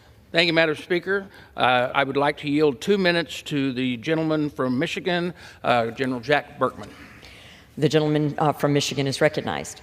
Thank you, Madam Speaker. I rise today in support of H.R. 8371. This important bill package will strengthen VA community care, streamline the disability benefits process, and improve oversight and accountability at VA. Its consideration here today is the culmination of months of committee work, negotiation, and fine-tuning on behalf of our nation's veterans. Included in this package is language from the Elizabeth Dole Home Care Act of 2023, which will improve support for aging veterans and their caregivers. I was proud to join Congresswoman Brownley in introducing the bill last year, and I'm proud to support this larger bill package as a veteran, as a member of the House VA Committee. While I could fill an hour of time discussing this and the many other important reforms of this bill, I'd like to focus on a relatively small provision that exemplifies the good advocacy and policymaking that often goes unnoticed by the media. Gerald's Law, which I was originally introduced it as H.R. 234, named after Gerald Elliott, a U.S. Army veteran and a resident of the Upper Peninsula of Michigan in my district. Jerry passed away in 2019 while receiving VA hospice care at his home. Following his death, Jerry's family discovered that even though he received hospice care through the VA, the fact that he received this care at home meant his family did not qualify for burial benefits after his death. I was made aware of this injustice by Deese Formolo, the veteran service officer who was assisting Jerry's family. Her advocacy led me to create Gerald's Law, a bill to fix this legislative oversight and ensure that no veteran will have to worry about losing his VA benefits for their family when choosing to spend their last days in the comfort of their home. I'm grateful for the inclusion of Gerald's Law in this package, and I'd like to thank Chairman Bost and the VA committee staff for their tireless work getting this across the finish line. I urge my colleagues to support H.R. 8371, and I yield back. The gentleman yields. The gentleman from Illinois reserves. The gentleman from California is recognized. Thank you, Madam Speaker. At this time, I'd like to yield 5 minutes to my good friend, the ranking member of the Subcommittee on Health, Ranking Member Julia Brownley from the great state of California. The gentlewoman from California is recognized. Thank you, Madam Speaker. I rise in support of the Elizabeth Dole 21st Century Veterans Health Care and Benefits Improvement Act. As you know, last week on Veterans Day, many of us attended events in our congressional districts to commemorate Veterans Day and to honor the men and women who have served our nation in uniform. As members of Congress on Veterans Day, we recognize every man and woman who has answered the call to duty. In fact, it's been nearly a century since Veterans Day was first established as a federal holiday in 1938. While celebrating Veterans Day is an important tradition, we also owe our nation's veterans more than words of thanks. Our words ring hollow if we don't do our part to fulfill our nation's solemn promise to serve our veterans and their families as well as they have served our country. As you may know, access to long-term care is one of the biggest challenges facing our aging veteran population and the families who care for them. I have been working for several years now to address this need, working with former Senator Elizabeth Dole and Elizabeth Dole Foundation and veteran service organizations, and with my colleagues on both sides of the aisle and in both houses of Congress. I was proud when the bill passed the House in November of 2023 with overwhelming bipartisan support. But it's been a year, and we simply cannot deny our veterans this crucial care any longer. We must get the Elizabeth Dole Home Care Act across the finish line and signed into law. Passage of my legislation would be the most impactful change in VA long-term care in decades. It would also be one of the smartest. Currently, every veteran enrolled in VA has the right to nursing home care, if clinically eligible. But it's important to note that nursing homes are not where veterans want to live their golden years. They want to be at home with their families and in their communities. And it turns out care at home is also less expensive than institutionalized care. And probably most important of all, that health outcomes are far, far better by receiving care at home than it is in an institutionalized setting. As you all know too well, our healthcare system is facing a silver tsunami as baby boomers enter their later years. VA is not exempt from this tsunami, and immediate preparation is critical. Almost half of VA's patient population is over 65. Without fixing veteran home and community care in the next 15 years, VA will double its spending on institutionalized long-term care services, nearing $15 billion to meet these needs. Congress has a great deal of difficulty coming to agreement on most things, but we all agree that long-term care at home is better for our veterans, it's better for the VA, and it's better for our country. I am very proud to say my bill has been incorporated into the Elizabeth Dole 21st Century Veterans Healthcare and Benefits Improvement Act. The package before us also includes legislation that Senator Sanders and I have worked on to create a new pilot program to expand VA comprehensive dental care to veterans diagnosed with diabetes and other heart disease, as well as numerous bipartisan bicameral provisions to improve VA's benefits for veterans. I want to thank Chairman Bost and I want to thank Ranking Member Takano for your work to reach an agreement on this package that will help veterans all over the country by delivering the relief caregivers need and the relief that veterans need and what they have been advocating for. And I again thank the Senator Elizabeth Dole for her help and support in making this the perfect bill. And with that, I yield back. Gentleman reserves. The gentleman is recognized. Thank you, Mr. Speaker. At this time, I'd like to yield 2 minutes to my good friend, the gentlewoman from Iowa, Dr. Miller Meeks. The gentlelady is recognized for 2 minutes. Mr. Speaker, I rise today in support of H.R. 8371, the Senator Elizabeth Dole 21st Century Veterans Healthcare and Benefits Improvement Act. As a veteran, physician, a caregiver myself, and a member of Congress actively addressing these issues, I witnessed firsthand the immense challenges that caregivers face, especially as our veteran population continues to age. Access to mental health services remains inconsistent, leaving many caregivers struggling to find the support they desperately need. The weight of caring for veterans with complex conditions can lead to significant stress, anxiety, and burnout. That's why it's crucial for us to pass this bill, which includes critical provisions to enhance and reform the delivery of care and services at the Department of Veterans Affairs. Among its key measures, this legislation expands access to home and community-based services, allowing aging veterans to receive care at home instead of at institutions. It also fully funds the VA's Vet Tech program, which provides high-tech career training for veterans with an 84% graduation rate and an average starting salary of over $66,000. This bill would also improve the timeliness and quality of care for veterans under community care, ensuring that medical records are returned more quickly and veterans receive the care they need in a timely manner. Additionally, it includes important provisions to help address veteran homelessness by increasing funding for services that assist veterans with transportation to medical, housing, and employment appointments. As a member of Congress and as Americans, we have a responsibility to care for those who bravely fought for our country. By advocating for meaningful solutions that genuinely support our veterans and their caregivers, we can take important steps towards improving the lives of our nation's heroes and those who care for them. Thank you, and I yield the balance of my time. Reserve. Gentleman reserves. The gentleman is recognized.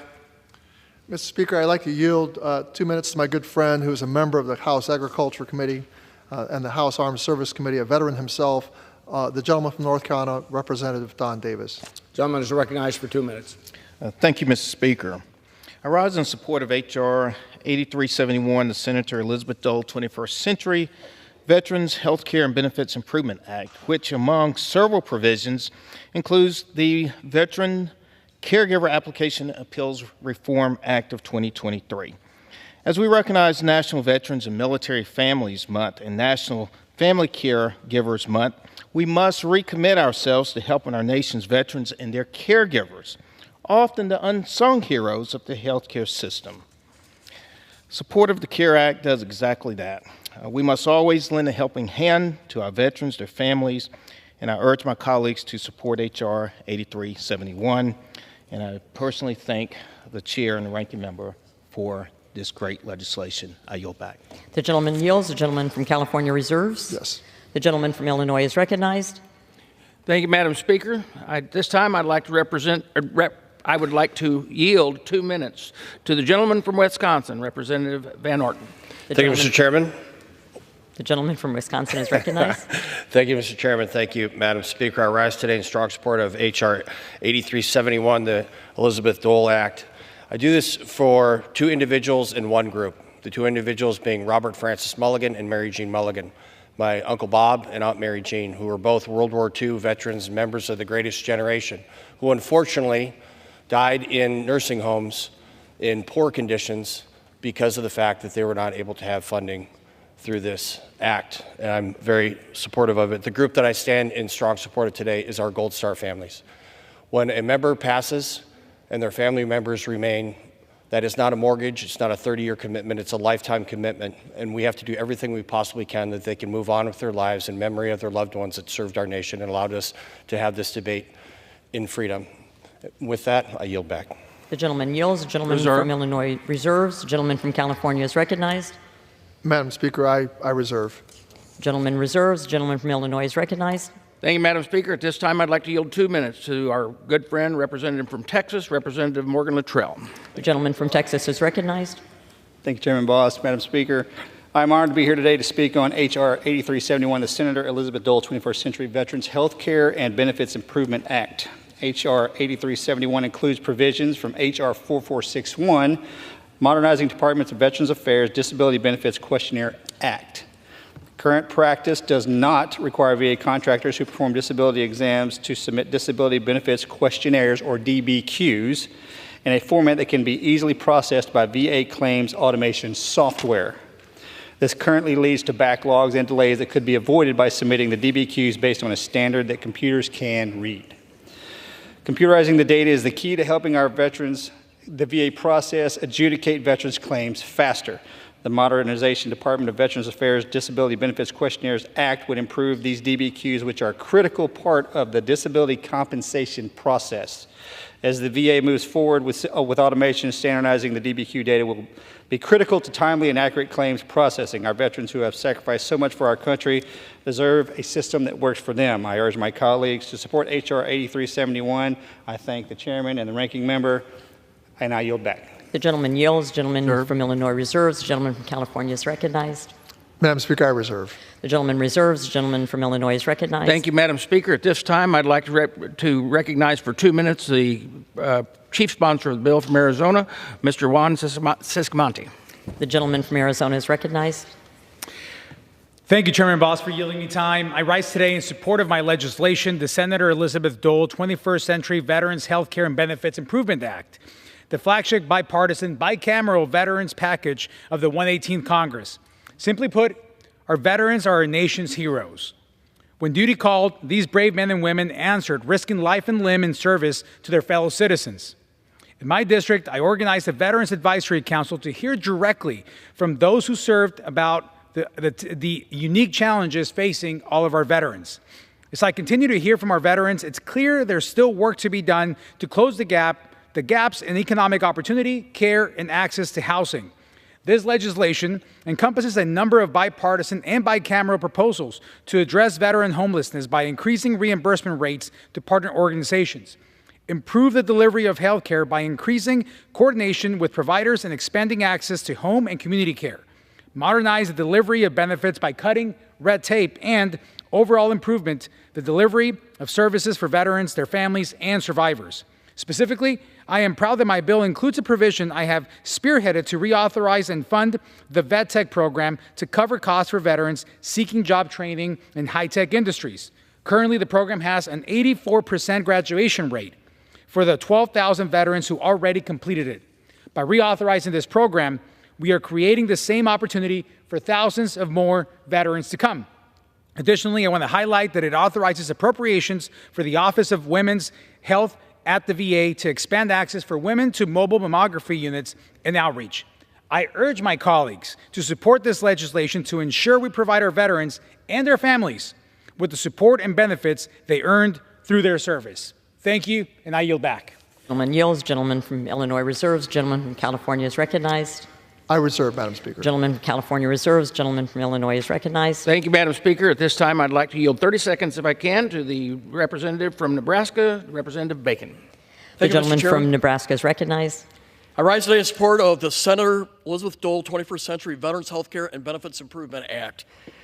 1% of Americans answer the call to defend our nation with "Send me," and we owe them a debt of gratitude. Our veterans should receive health care and benefits they have earned without having to battle the VA. The Dole Act expands economic opportunities, broadens non-traditional educational programs, and does so much for our veterans. Today, 6% of our nation are veterans. We owe them a debt of gratitude. So with that, with my 30 seconds of time, I yield back. The gentleman yields. Reserve. The gentleman from Illinois reserves. The gentleman from California is recognized. I reserve, Madam Speaker. Gentleman reserves. Gentleman from Illinois is recognized. Thank you, Madam Speaker. At this time, I'd like to allow 1 minute for the gentleman from, and yield 1 minute to the representative from Indiana, Representative Baird. The gentleman from Indiana is recognized. Thank you, Chairman Boss and Madam Speaker. I'm a decorated Army combat veteran who served in the Vietnam War. I know how well and how much the sacrifices our service members make to defend our nation. Access to timely health care for our veterans is mission critical for the VA, and failure to deliver is unacceptable. In 2014, the House Veterans Affairs Committee discovered that 40 veterans died while waiting for medical care. This is just one example. My bill, the VA Same-Day Scheduling Act, will ensure that no veteran is more than one phone call away from care that they've been promised. I'm encouraged that the spirit of the bill is included in the Elizabeth Dole Act, which requires a plan to get the VA to the same-day scheduling. This is a step in the right direction to fix that bureaucratic travesty. I yield back. The gentleman yields. The gentleman from Illinois Sure. reserves. Gentleman from California is recognized. Madam Speaker, I have no further speakers, and I'm prepared to close. The gentleman reserves. Madam Speaker, could I inquire of the chair for the amount of time? The gentleman has 4.5 minutes. Madam Speaker, I reserve. The gentleman reserves. The gentleman from California is recognized. Madam Speaker, I have no further speakers, and I'm prepared to close. Madam Speaker, I have no more speakers, and I am prepared to close. The gentleman from California is recognized. Well, Madam Speaker, I've said as much as I can about this important piece of legislation. What I'll finally say is I'm very glad that we've got here, and I want to thank the chairman that we spent all this time and we've reached a compromise. That's what we have to do in Congress, put our veterans and the people first. And I think the American people want to see more of this sort of thing happening. And let me just say that I'm very pleased that we could get this done before the Thanksgiving weekend. And I urge all of my colleagues to support H.R. 8371, the Elizabeth Dole 21st Century Veterans Healthcare and Benefits Improvement Act. And I yield back the balance of my time. The gentleman yields. The gentleman from Illinois is recognized. Thank you, Madam Speaker. I want to say a very special thank you to the ranking member, for the staff that has been involved in the negotiations back and forth, the Senate, all of our VSOs that came out, as I said in my opening, over 50 that have come out in support of this bill, and for the hard work and pushing forward that Senator Elizabeth Dole has pushed on this bill, and we're so glad that we can call it up tonight. And with that, I want to encourage all of my members to support H.R. 8371 as amended, the Elizabeth Dole 21st Century Veterans Healthcare and Benefits Improvement Act. And with that, I yield back the balance of my time. The gentleman yields. The question is, will the House suspend the rules and pass the bill H.R. 8371 as amended? Those in favor say aye. Aye. Those opposed, no. In the opinion of the chair, 2/3 being in the affirmative. For what purpose does the gentleman from... I request the yeas and nays. The gentleman requests the yeas and nays. All those in favor of taking this vote by the yeas and nays will rise and remain standing until counted. A sufficient number having arisen, the yeas and nays are ordered. Pursuant to Clause 8 of Rule 20, further proceedings on this question will be postponed.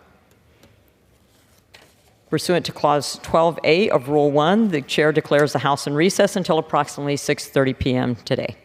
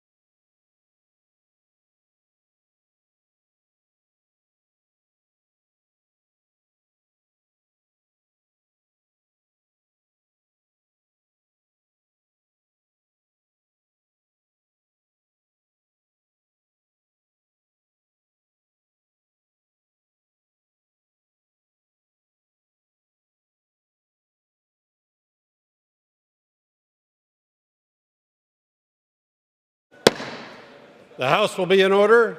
Proceedings will resume on motions to suspend the rules previously postponed. Votes will be taken in the following order: H.R. 8371 and H.R. 5658. The first electronic vote will be conducted as a 15-minute vote. Pursuant to Clause 9 of Rule 20, remaining electronic votes will be conducted as 5-minute votes. Pursuant to Clause 8 of Rule 20, the unfinished business is the vote on the motion of the gentleman from Illinois, Mr. Bost, to suspend the rules and pass H.R. 8371 as amended, on which the yeas and nays are ordered. The clerk will report the title. H.R. 8371, a bill to make certain improvements in the laws administered by the Secretary of Veterans Affairs and for other purposes. The question is, will the House suspend the rules and pass the bill as amended? Members will record their votes by electronic device. This is a 15-minute vote.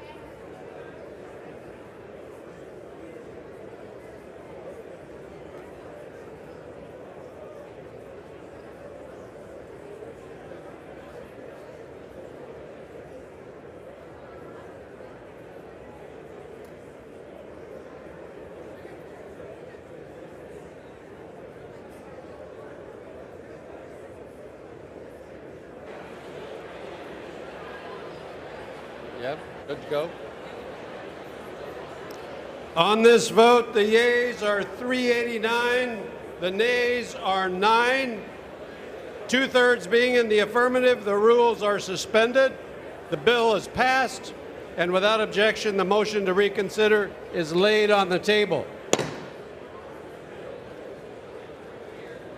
Pursuant to Clause 8 of Rule 20, the unfinished business is the vote on the motion of the gentleman from South Carolina, Mr. Fry, to suspend the rules and pass H.R. 5658 as amended, on which the yeas and nays are ordered.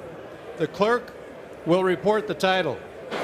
H.R. 5658, a bill to amend Title 39 United States Code to require mail-in ballots to use the Postal Service barcode service and for other purposes.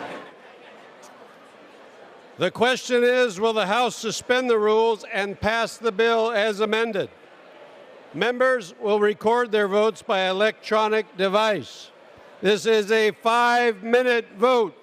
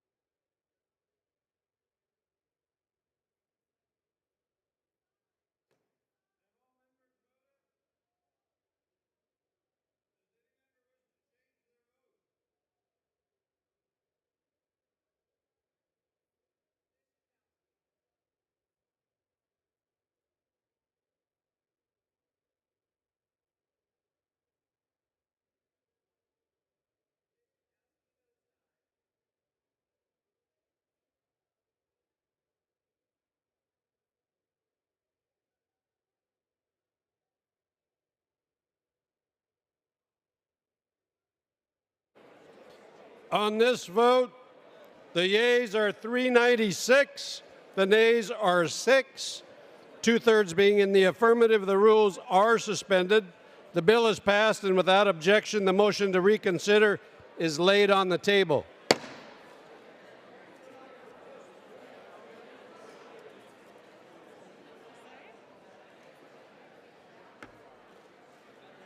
That's it.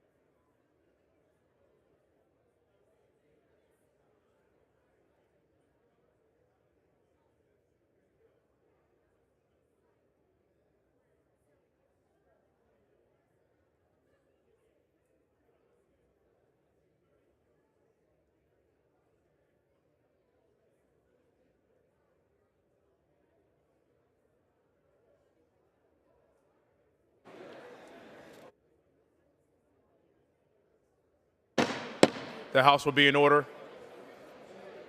Will members please take the conversations outside?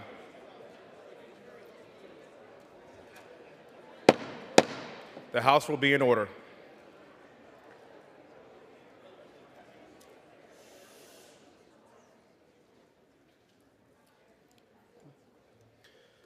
The chair will now entertain requests for 1-minute speeches.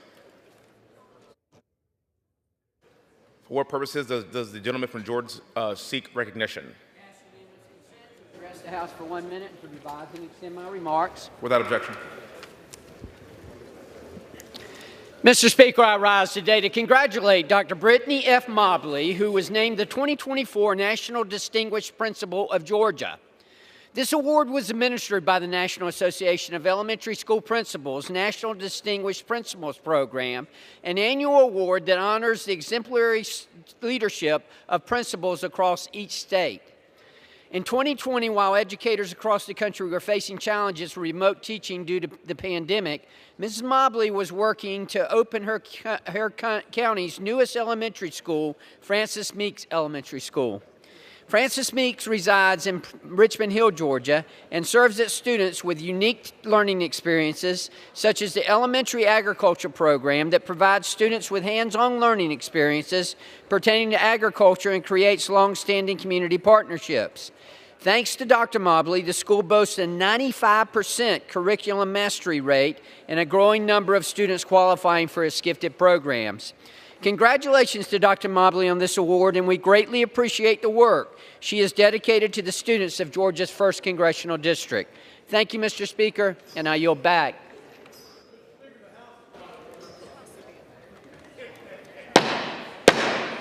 The House will be in order.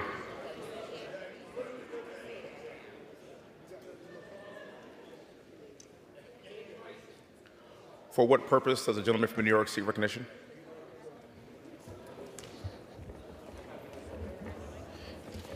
Mr. Speaker, I ask unanimous consent to address the House for 1 minute and to revise and extend my remarks?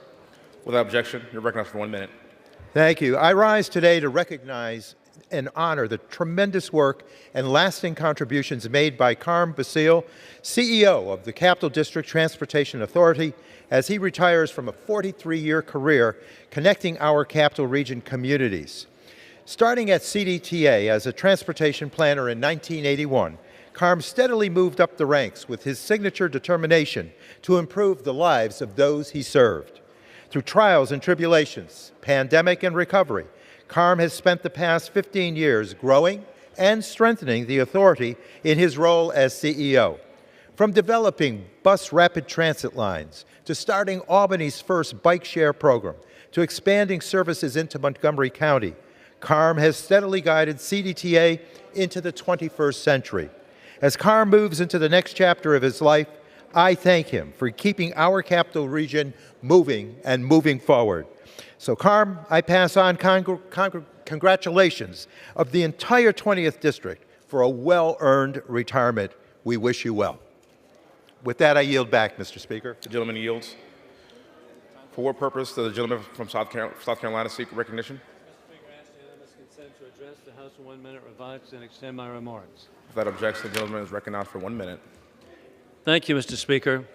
The failure of border security under Biden-Harris has endangered every American family. President Donald Trump and House Republicans will secure the border and restore safety to American families.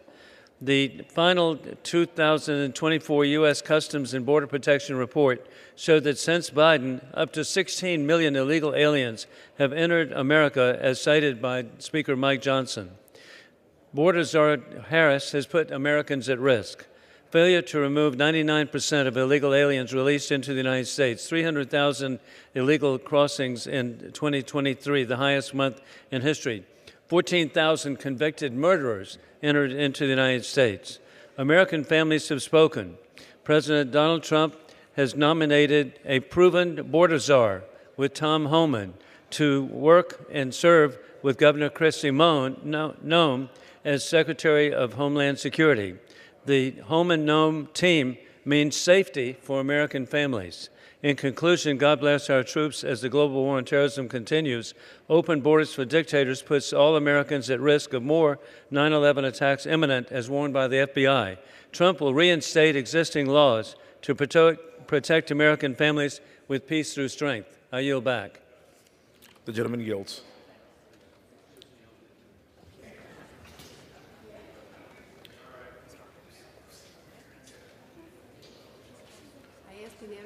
For what purpose does the gentlewoman from Ohio seek recognition? I ask unanimous consent to address the House for 1 minute to revise and extend my remarks, Mr. Speaker. Without objection, recognized for 1 minute.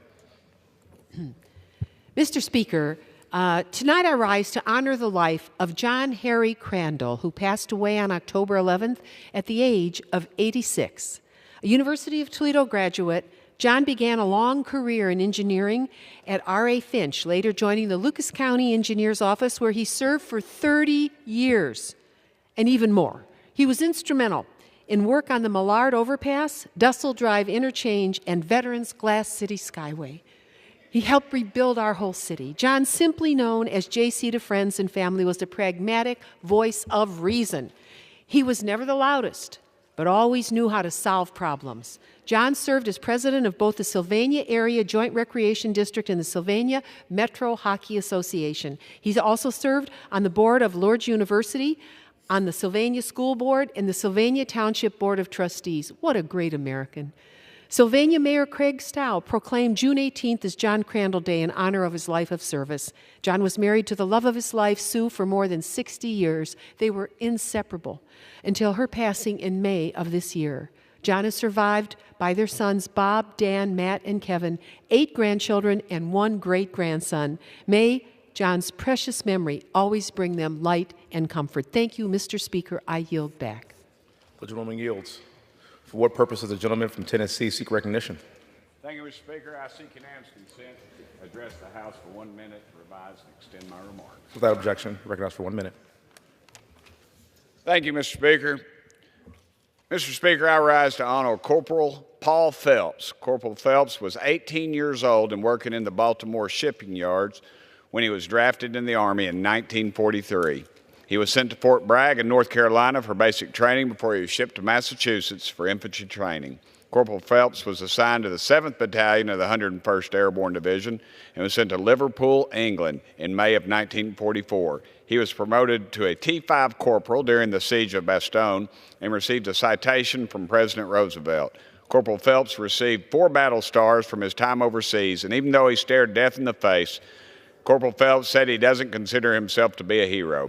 Corporal Phelps married his high school sweetheart, Dorothy, and they were married for 54 glorious years before she passed away. They have 2 daughters, 5 grandchildren, and 8 great-grandchildren.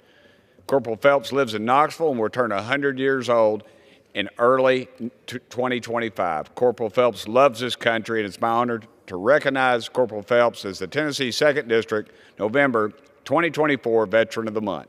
Thank you, Mr. Speaker, and I yield the remainder of my time. The gentleman yields.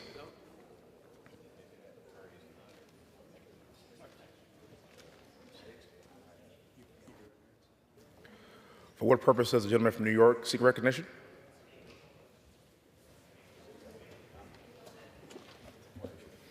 I ask unanimous consent to address the House for 1 minute and to revise and extend my remarks. Without objection. Mr. Speaker, today I rise to honor the life of Jeremy Emmanuel Honey, a lifelong resident of Suffern, New York, who passed away in September at the age of 77. Jeremy was a U.S. Army veteran, serving proudly during the Vietnam War and at posts including West Point and Walter Reed Hospital. After his service, he dedicated his career to veterans at Montrose Veterans Hospital, earning recognition as Federal Employee of the Year from President Ronald Reagan in 1984. Jeremy's impact on his community was extraordinary. He volunteered as an EMT with the Ramapo Valley Ambulance Corps, established several veterans agencies in Rockland County where they had not been represented, and served as commander of the local Disabled American Veterans for over 20 years. His dedication earned him a place in the New York State Senate Veterans Hall of Fame in 2019. Jeremy's legacy extends beyond his accomplishments. A devoted husband, father, and grandfather, he was a man of compassion and selflessness, known for mentoring others and lifting up those who needed it most. He will be missed by all of our veterans and our broader Rockland County community. Mr. Speaker, I yield back. The gentleman yields. For what purpose does the gentleman from California seek recognition? Without objection. Recognized for 1 minute. Thank you, Mr. Speaker. This week marks the National Apprentice Week, and I want to recognize the dedicated apprentices and those who are training them in my district in Northern California especially. Apprentices are a crucial way to good paying jobs that don't require a 4-year degree, allowing folks to earn while they learn. My district is home to the Quanta Services Northwest Lineman College, where over 750 apprentices were trained last year alone. Now, 1 in 5 students there happens to be a veteran, which speaks to the strong commitment to the service they have in our region and others.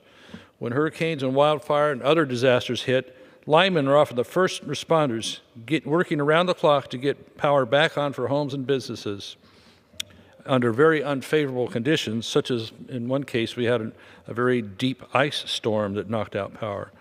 Many of these linemen started out as apprentices in places like the one in our Northern California district. The work they do is essential for building and maintaining the strong, resilient energy grid we have and hope to have, as well as broadband networks that keep our country moving forward and strong. It's important we continue supporting this kind of workforce development to meet the challenges of our supply chain and security. I'm grateful for people like these folks at the college that value these skills and these apprentices and what they bring to the table. I yield back. Gentleman yields. For what purpose does a gentlewoman from Texas seek recognition? Without objection, recognized for 1 minute. Thank you, Mr. Speaker. I had the honor in Houston before I came back here of opening a medical gas training lab in the heart of the 18th Congressional District paid for by the ARPA dollars, supported strongly by President Joe Biden and Vice President Kamala Harris in this House. These funds will provide training for apprentices with our local plumbers union, Local 68, our hard-working men and women, and they will help our large medical center that is an economic engine for Houston, Texas, and ensure that patients, nurses, and doctors are safe when these vital gases are put into their facilities. So I was grateful to be there, and I thank the Harris County Commissioners Court, Judge Hidalgo, Commissioner Ellis, Commissioner Garcia, Commissioner Briones, and Commissioner Ramsey for their partnership with our federal dollars. When we work together, there's nothing better we can do for America. Thank you. I yield back. The gentleman yields. Under the Speaker's announced policy of January 9th, 2023, the gentleman from Arkansas, Mr. Hill, is recognized for 60 minutes as a designee of the Majority Leader. I thank the Speaker. I rise today to commemorate the 30th annual Rid Mass of the St. Thomas More Society, which was held in Little Rock in October. The St. Thomas More Society is a nonprofit organization of lawyers and judges dedicated to honoring the life of St. Thomas More, the Lord High Chancellor of England, who opposed Henry VIII's separation from the Catholic Church. The Rid Mass brings together lawyers, judges, government officials to pray for the Holy Spirit's guidance over their work. At this year's Mass, Reginald Rogers was honored as the 2024 St. Thomas More recipient, an award that recognizes Catholics in legal professions who demonstrate exemplary character. To my longtime friend from high school, Reggie, what a great, great recognition of your wonderful, caring approach to your professional and civic life. Mr. Speaker, I rise today to recognize Air Care's pedestal humidifier, which was recently named the coolest thing made in Arkansas in 2024. Organized through a partnership between the Arkansas State Chamber and Arkansas Business News, this contest highlights the most innovative and noteworthy products manufactured in the natural state. Nearly 16,000 votes were cast in a highly competitive final round, and the pedestal humidifier emerged as a champion from a field of 16 products made by companies across our state. This product not only showcases Air Care's ingenuity, but also reflects the broader excellence of Arkansas's manufacturing sector. Congratulations to Air Care and all the visionary companies that contribute to our state's growing reputation for high-quality, innovative products. I look forward to seeing more achievements from Arkansas businesses in the years ahead. Mr. Speaker, I rise today to celebrate a remarkable young athlete from Central Arkansas, Morrilton High School's standout quarterback, Maddox Berry. Maddox recently made Arkansas sports history by throwing a state record 11 touchdown passes in a single game, a feat that speaks to his skill, dedication, and poise under pressure. The game itself was an offensive clash, with Morrilton and Farmington combining for 153 points and 1,519 yards, narrowly setting an all-time state record. Despite Morrilton's narrow 78-55 loss, Maddox's performance stands as one of Arkansas's all-time great athletic accomplishments. Maddox, you've made Central Arkansas proud, and we're all excited to see where your talents take you next. Mr. Speaker, I rise today to recognize Point Remove Brewing Company, an outstanding Arkansas business that has become a staple of our state's craft brewing industry. Point Remove recently opened a new location in Russellville, furthering its impact on the local economy and the community. Based in Morrilton, Point Remove Brewing produced over 24,000 gallons of beer last year and partnered with Little Rock Central Moon Distributors to place its products throughout stores in the natural state. Point Remove Brewing is just more than a brewery. They're also ambassadors for the natural state because the beers that they make are named after Arkansas landmarks like Long Pool, Pettigene State Park, that they proudly celebrate our heritage. As Point Remove Brewing opens this new location in Russellville, I hope they'll continue to embody the entrepreneurial spirit that keeps our state growing. Mr. Speaker, I rise today to recognize a really brave, dedicated Arkansan, Hakeem Jordan. This extraordinary Central Arkansan heroically rescued 26-year-old Helena Proctor of North Little Rock following a tragic car accident. After witnessing the crash on Interstate 630, Hakeem immediately called 911. He ran to the site of the crash and rescued Helani from his burning vehicle. He was treated at a Little Rock hospital and is in stable condition. But unfortunately, Helani's father, Conrad, did not survive the crash. Martha and I send our condolences to the entire Proctor family during this difficult time. But make no mistake, Hakeem's actions are nothing short of heroic. Without this incredible display of bravery and selflessness, Helani would not be alive today, and Central Arkansas stands better off because of our citizens like Hakeem. Mr. Speaker, I rise today to congratulate Central Arkansan John Jumper. John recently won the 2024 Nobel Prize for Chemistry. John graduated from Pulaski Academy in 2003 and is the youngest chemistry laureate in over 70 years. John and his research partners developed an AI model called AlphaFold 2, which can predict the protein structure of nearly 200 million proteins. Today, over 2 million people in 190 countries have used this technology to improve their understanding of proteins and their potential for antibiotic resistance and even decomposing plastic. John's tremendous scientific success serves as an inspiration to us all, and I'm proud of his achievement. And what a role model for excellence for all of our students across our city, district, state, and the globe. To those chemistry students out there, study hard. Mr. Speaker, I've heard many concerns from small businesses across Arkansas and across the country about the Financial Crimes Enforcement Network, FinCEN's, new detrimental beneficial ownership reporting rule. As many of you may know, this rule is required by the Corporate Transparency Act, a law that I have strongly opposed and fought against its basic design.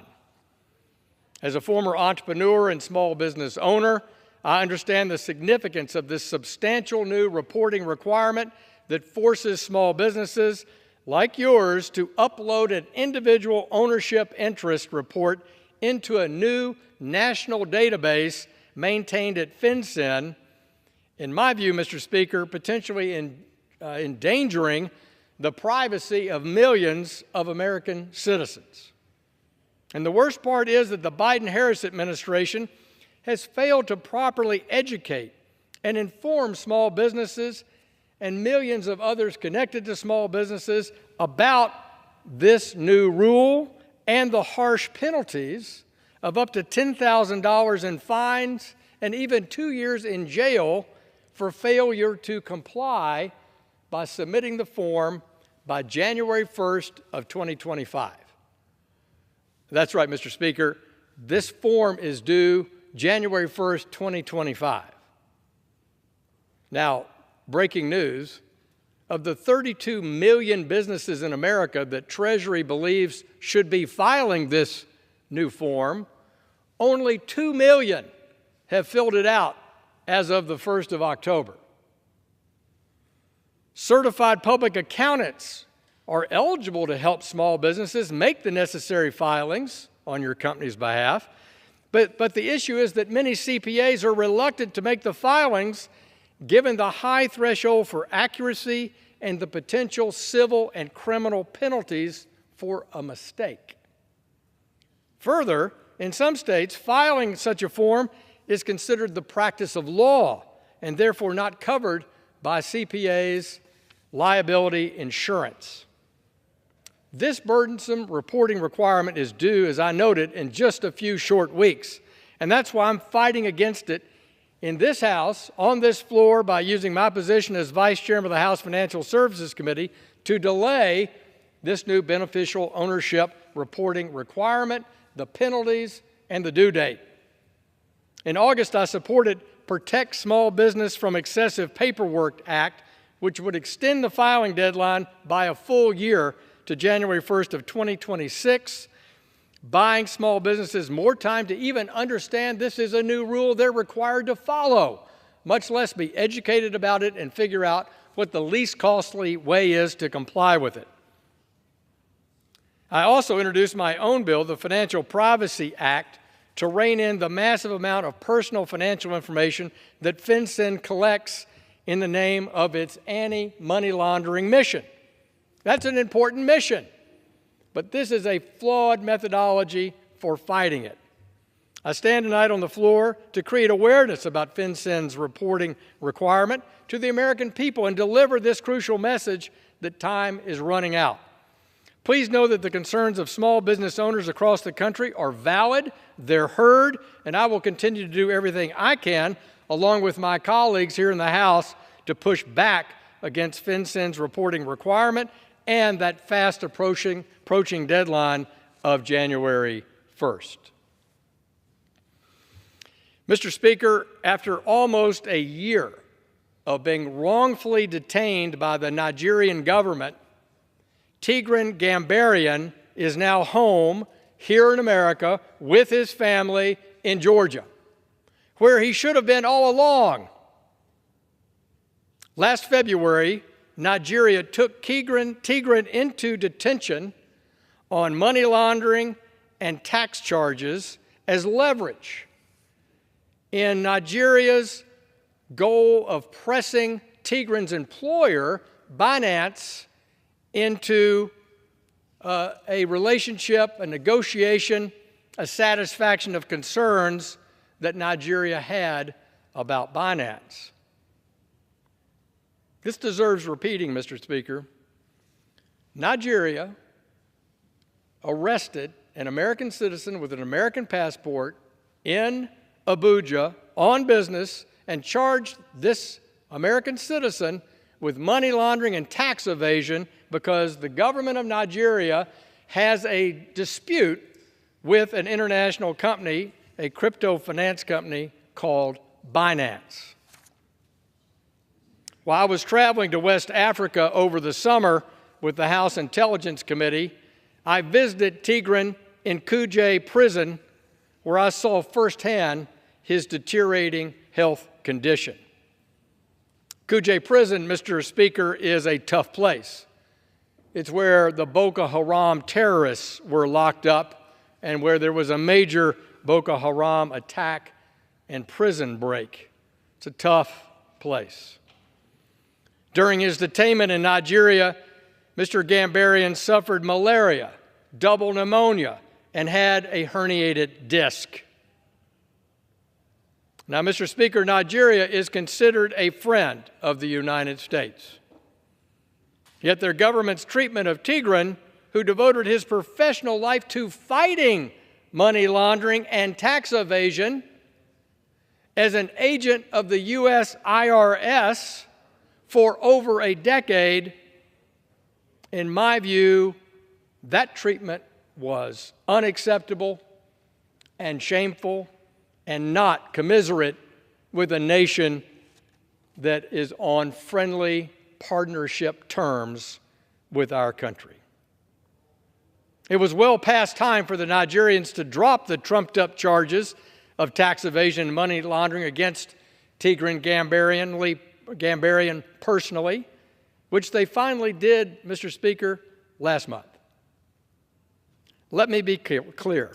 Tigran should have never been wrongfully detained by the Nigerian government in the first place.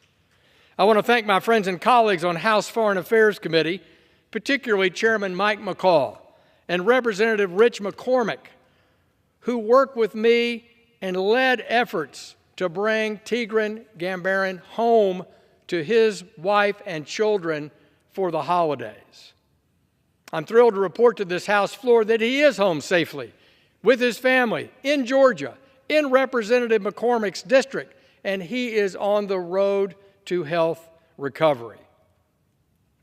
But, Mr. Speaker, let Tigran's case be heard, and let it be a clear example to the incoming Trump administration about how not to handle an American citizen who's wrongfully detained by our allies and friends.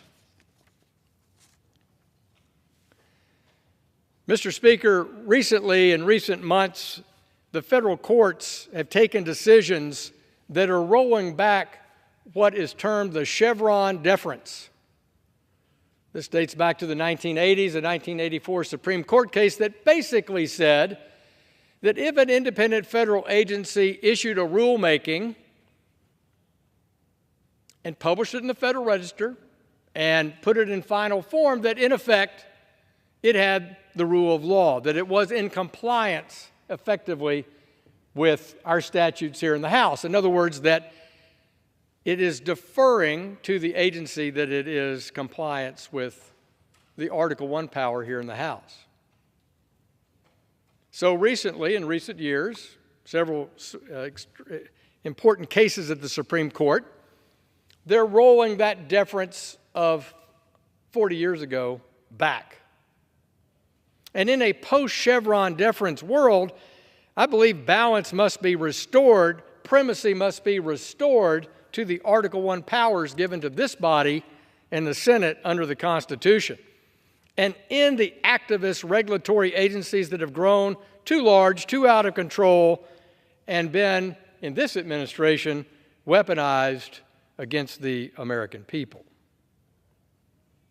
This Chevron reversal did not automatically turn off the power of that administrative state, and it did not instantly empower Congress to be more directive of agency and cabinet rulemakings. Mr. Speaker, while various interest groups must continue to bring lawsuits in this area where they believe congressional intent is not being followed, Congress must be proactive in identifying areas where we can tighten statutory language and make congressional intent crystal clear. I believe Congress needs to look at three big areas in this post-Chevron deference universe. First, we need to strengthen the role of Congress and consider changes to the Administrative Procedures Act and the Congressional Review Act to require more collaboration between Congress and even the administration about making sure that they're clear that we have the authority to approve or disapprove regulations. In fact, Mr. Speaker, I think it would be good if the incoming Trump administration modeled good behavior here by actually in every federal rulemaking that a cabinet agency or an independent agency puts forward, they say they are in compliance with the intent of Congress. They are following the statute and the statutory intent of Congress in designing that rulemaking. I believe agencies should do regular reviews of all their regulations to ensure they're not outdated, they're unnecessary, and that they're ensured that they are tailored to limit their compliance impact costs, liability risk, and other burdens. So I would encourage the Trump administration to work with Congress to where we can have the right kind of cost-benefit analysis on evaluating the true cost, both marginal and cumulative cost of regulatory rulemakings. We must increase the transparency of how agency rulemakings are made. We must tailor specific statutes so that it's clear that Congress, Article I power, is in charge, our intent is clear, and that we're seeing that the cabinet agencies and the independent agencies are following that intent. Mr. Speaker, I yield back the balance of my time. Gentleman yields. Mr. Speaker, I move that the House do now adjourn. The question on the motion to adjourn, those in favor say aye. Those opposed say no. The ayes have it. The motion is adopted. Accordingly, the House stands adjourned until 10 a.m. tomorrow for morning hour debate.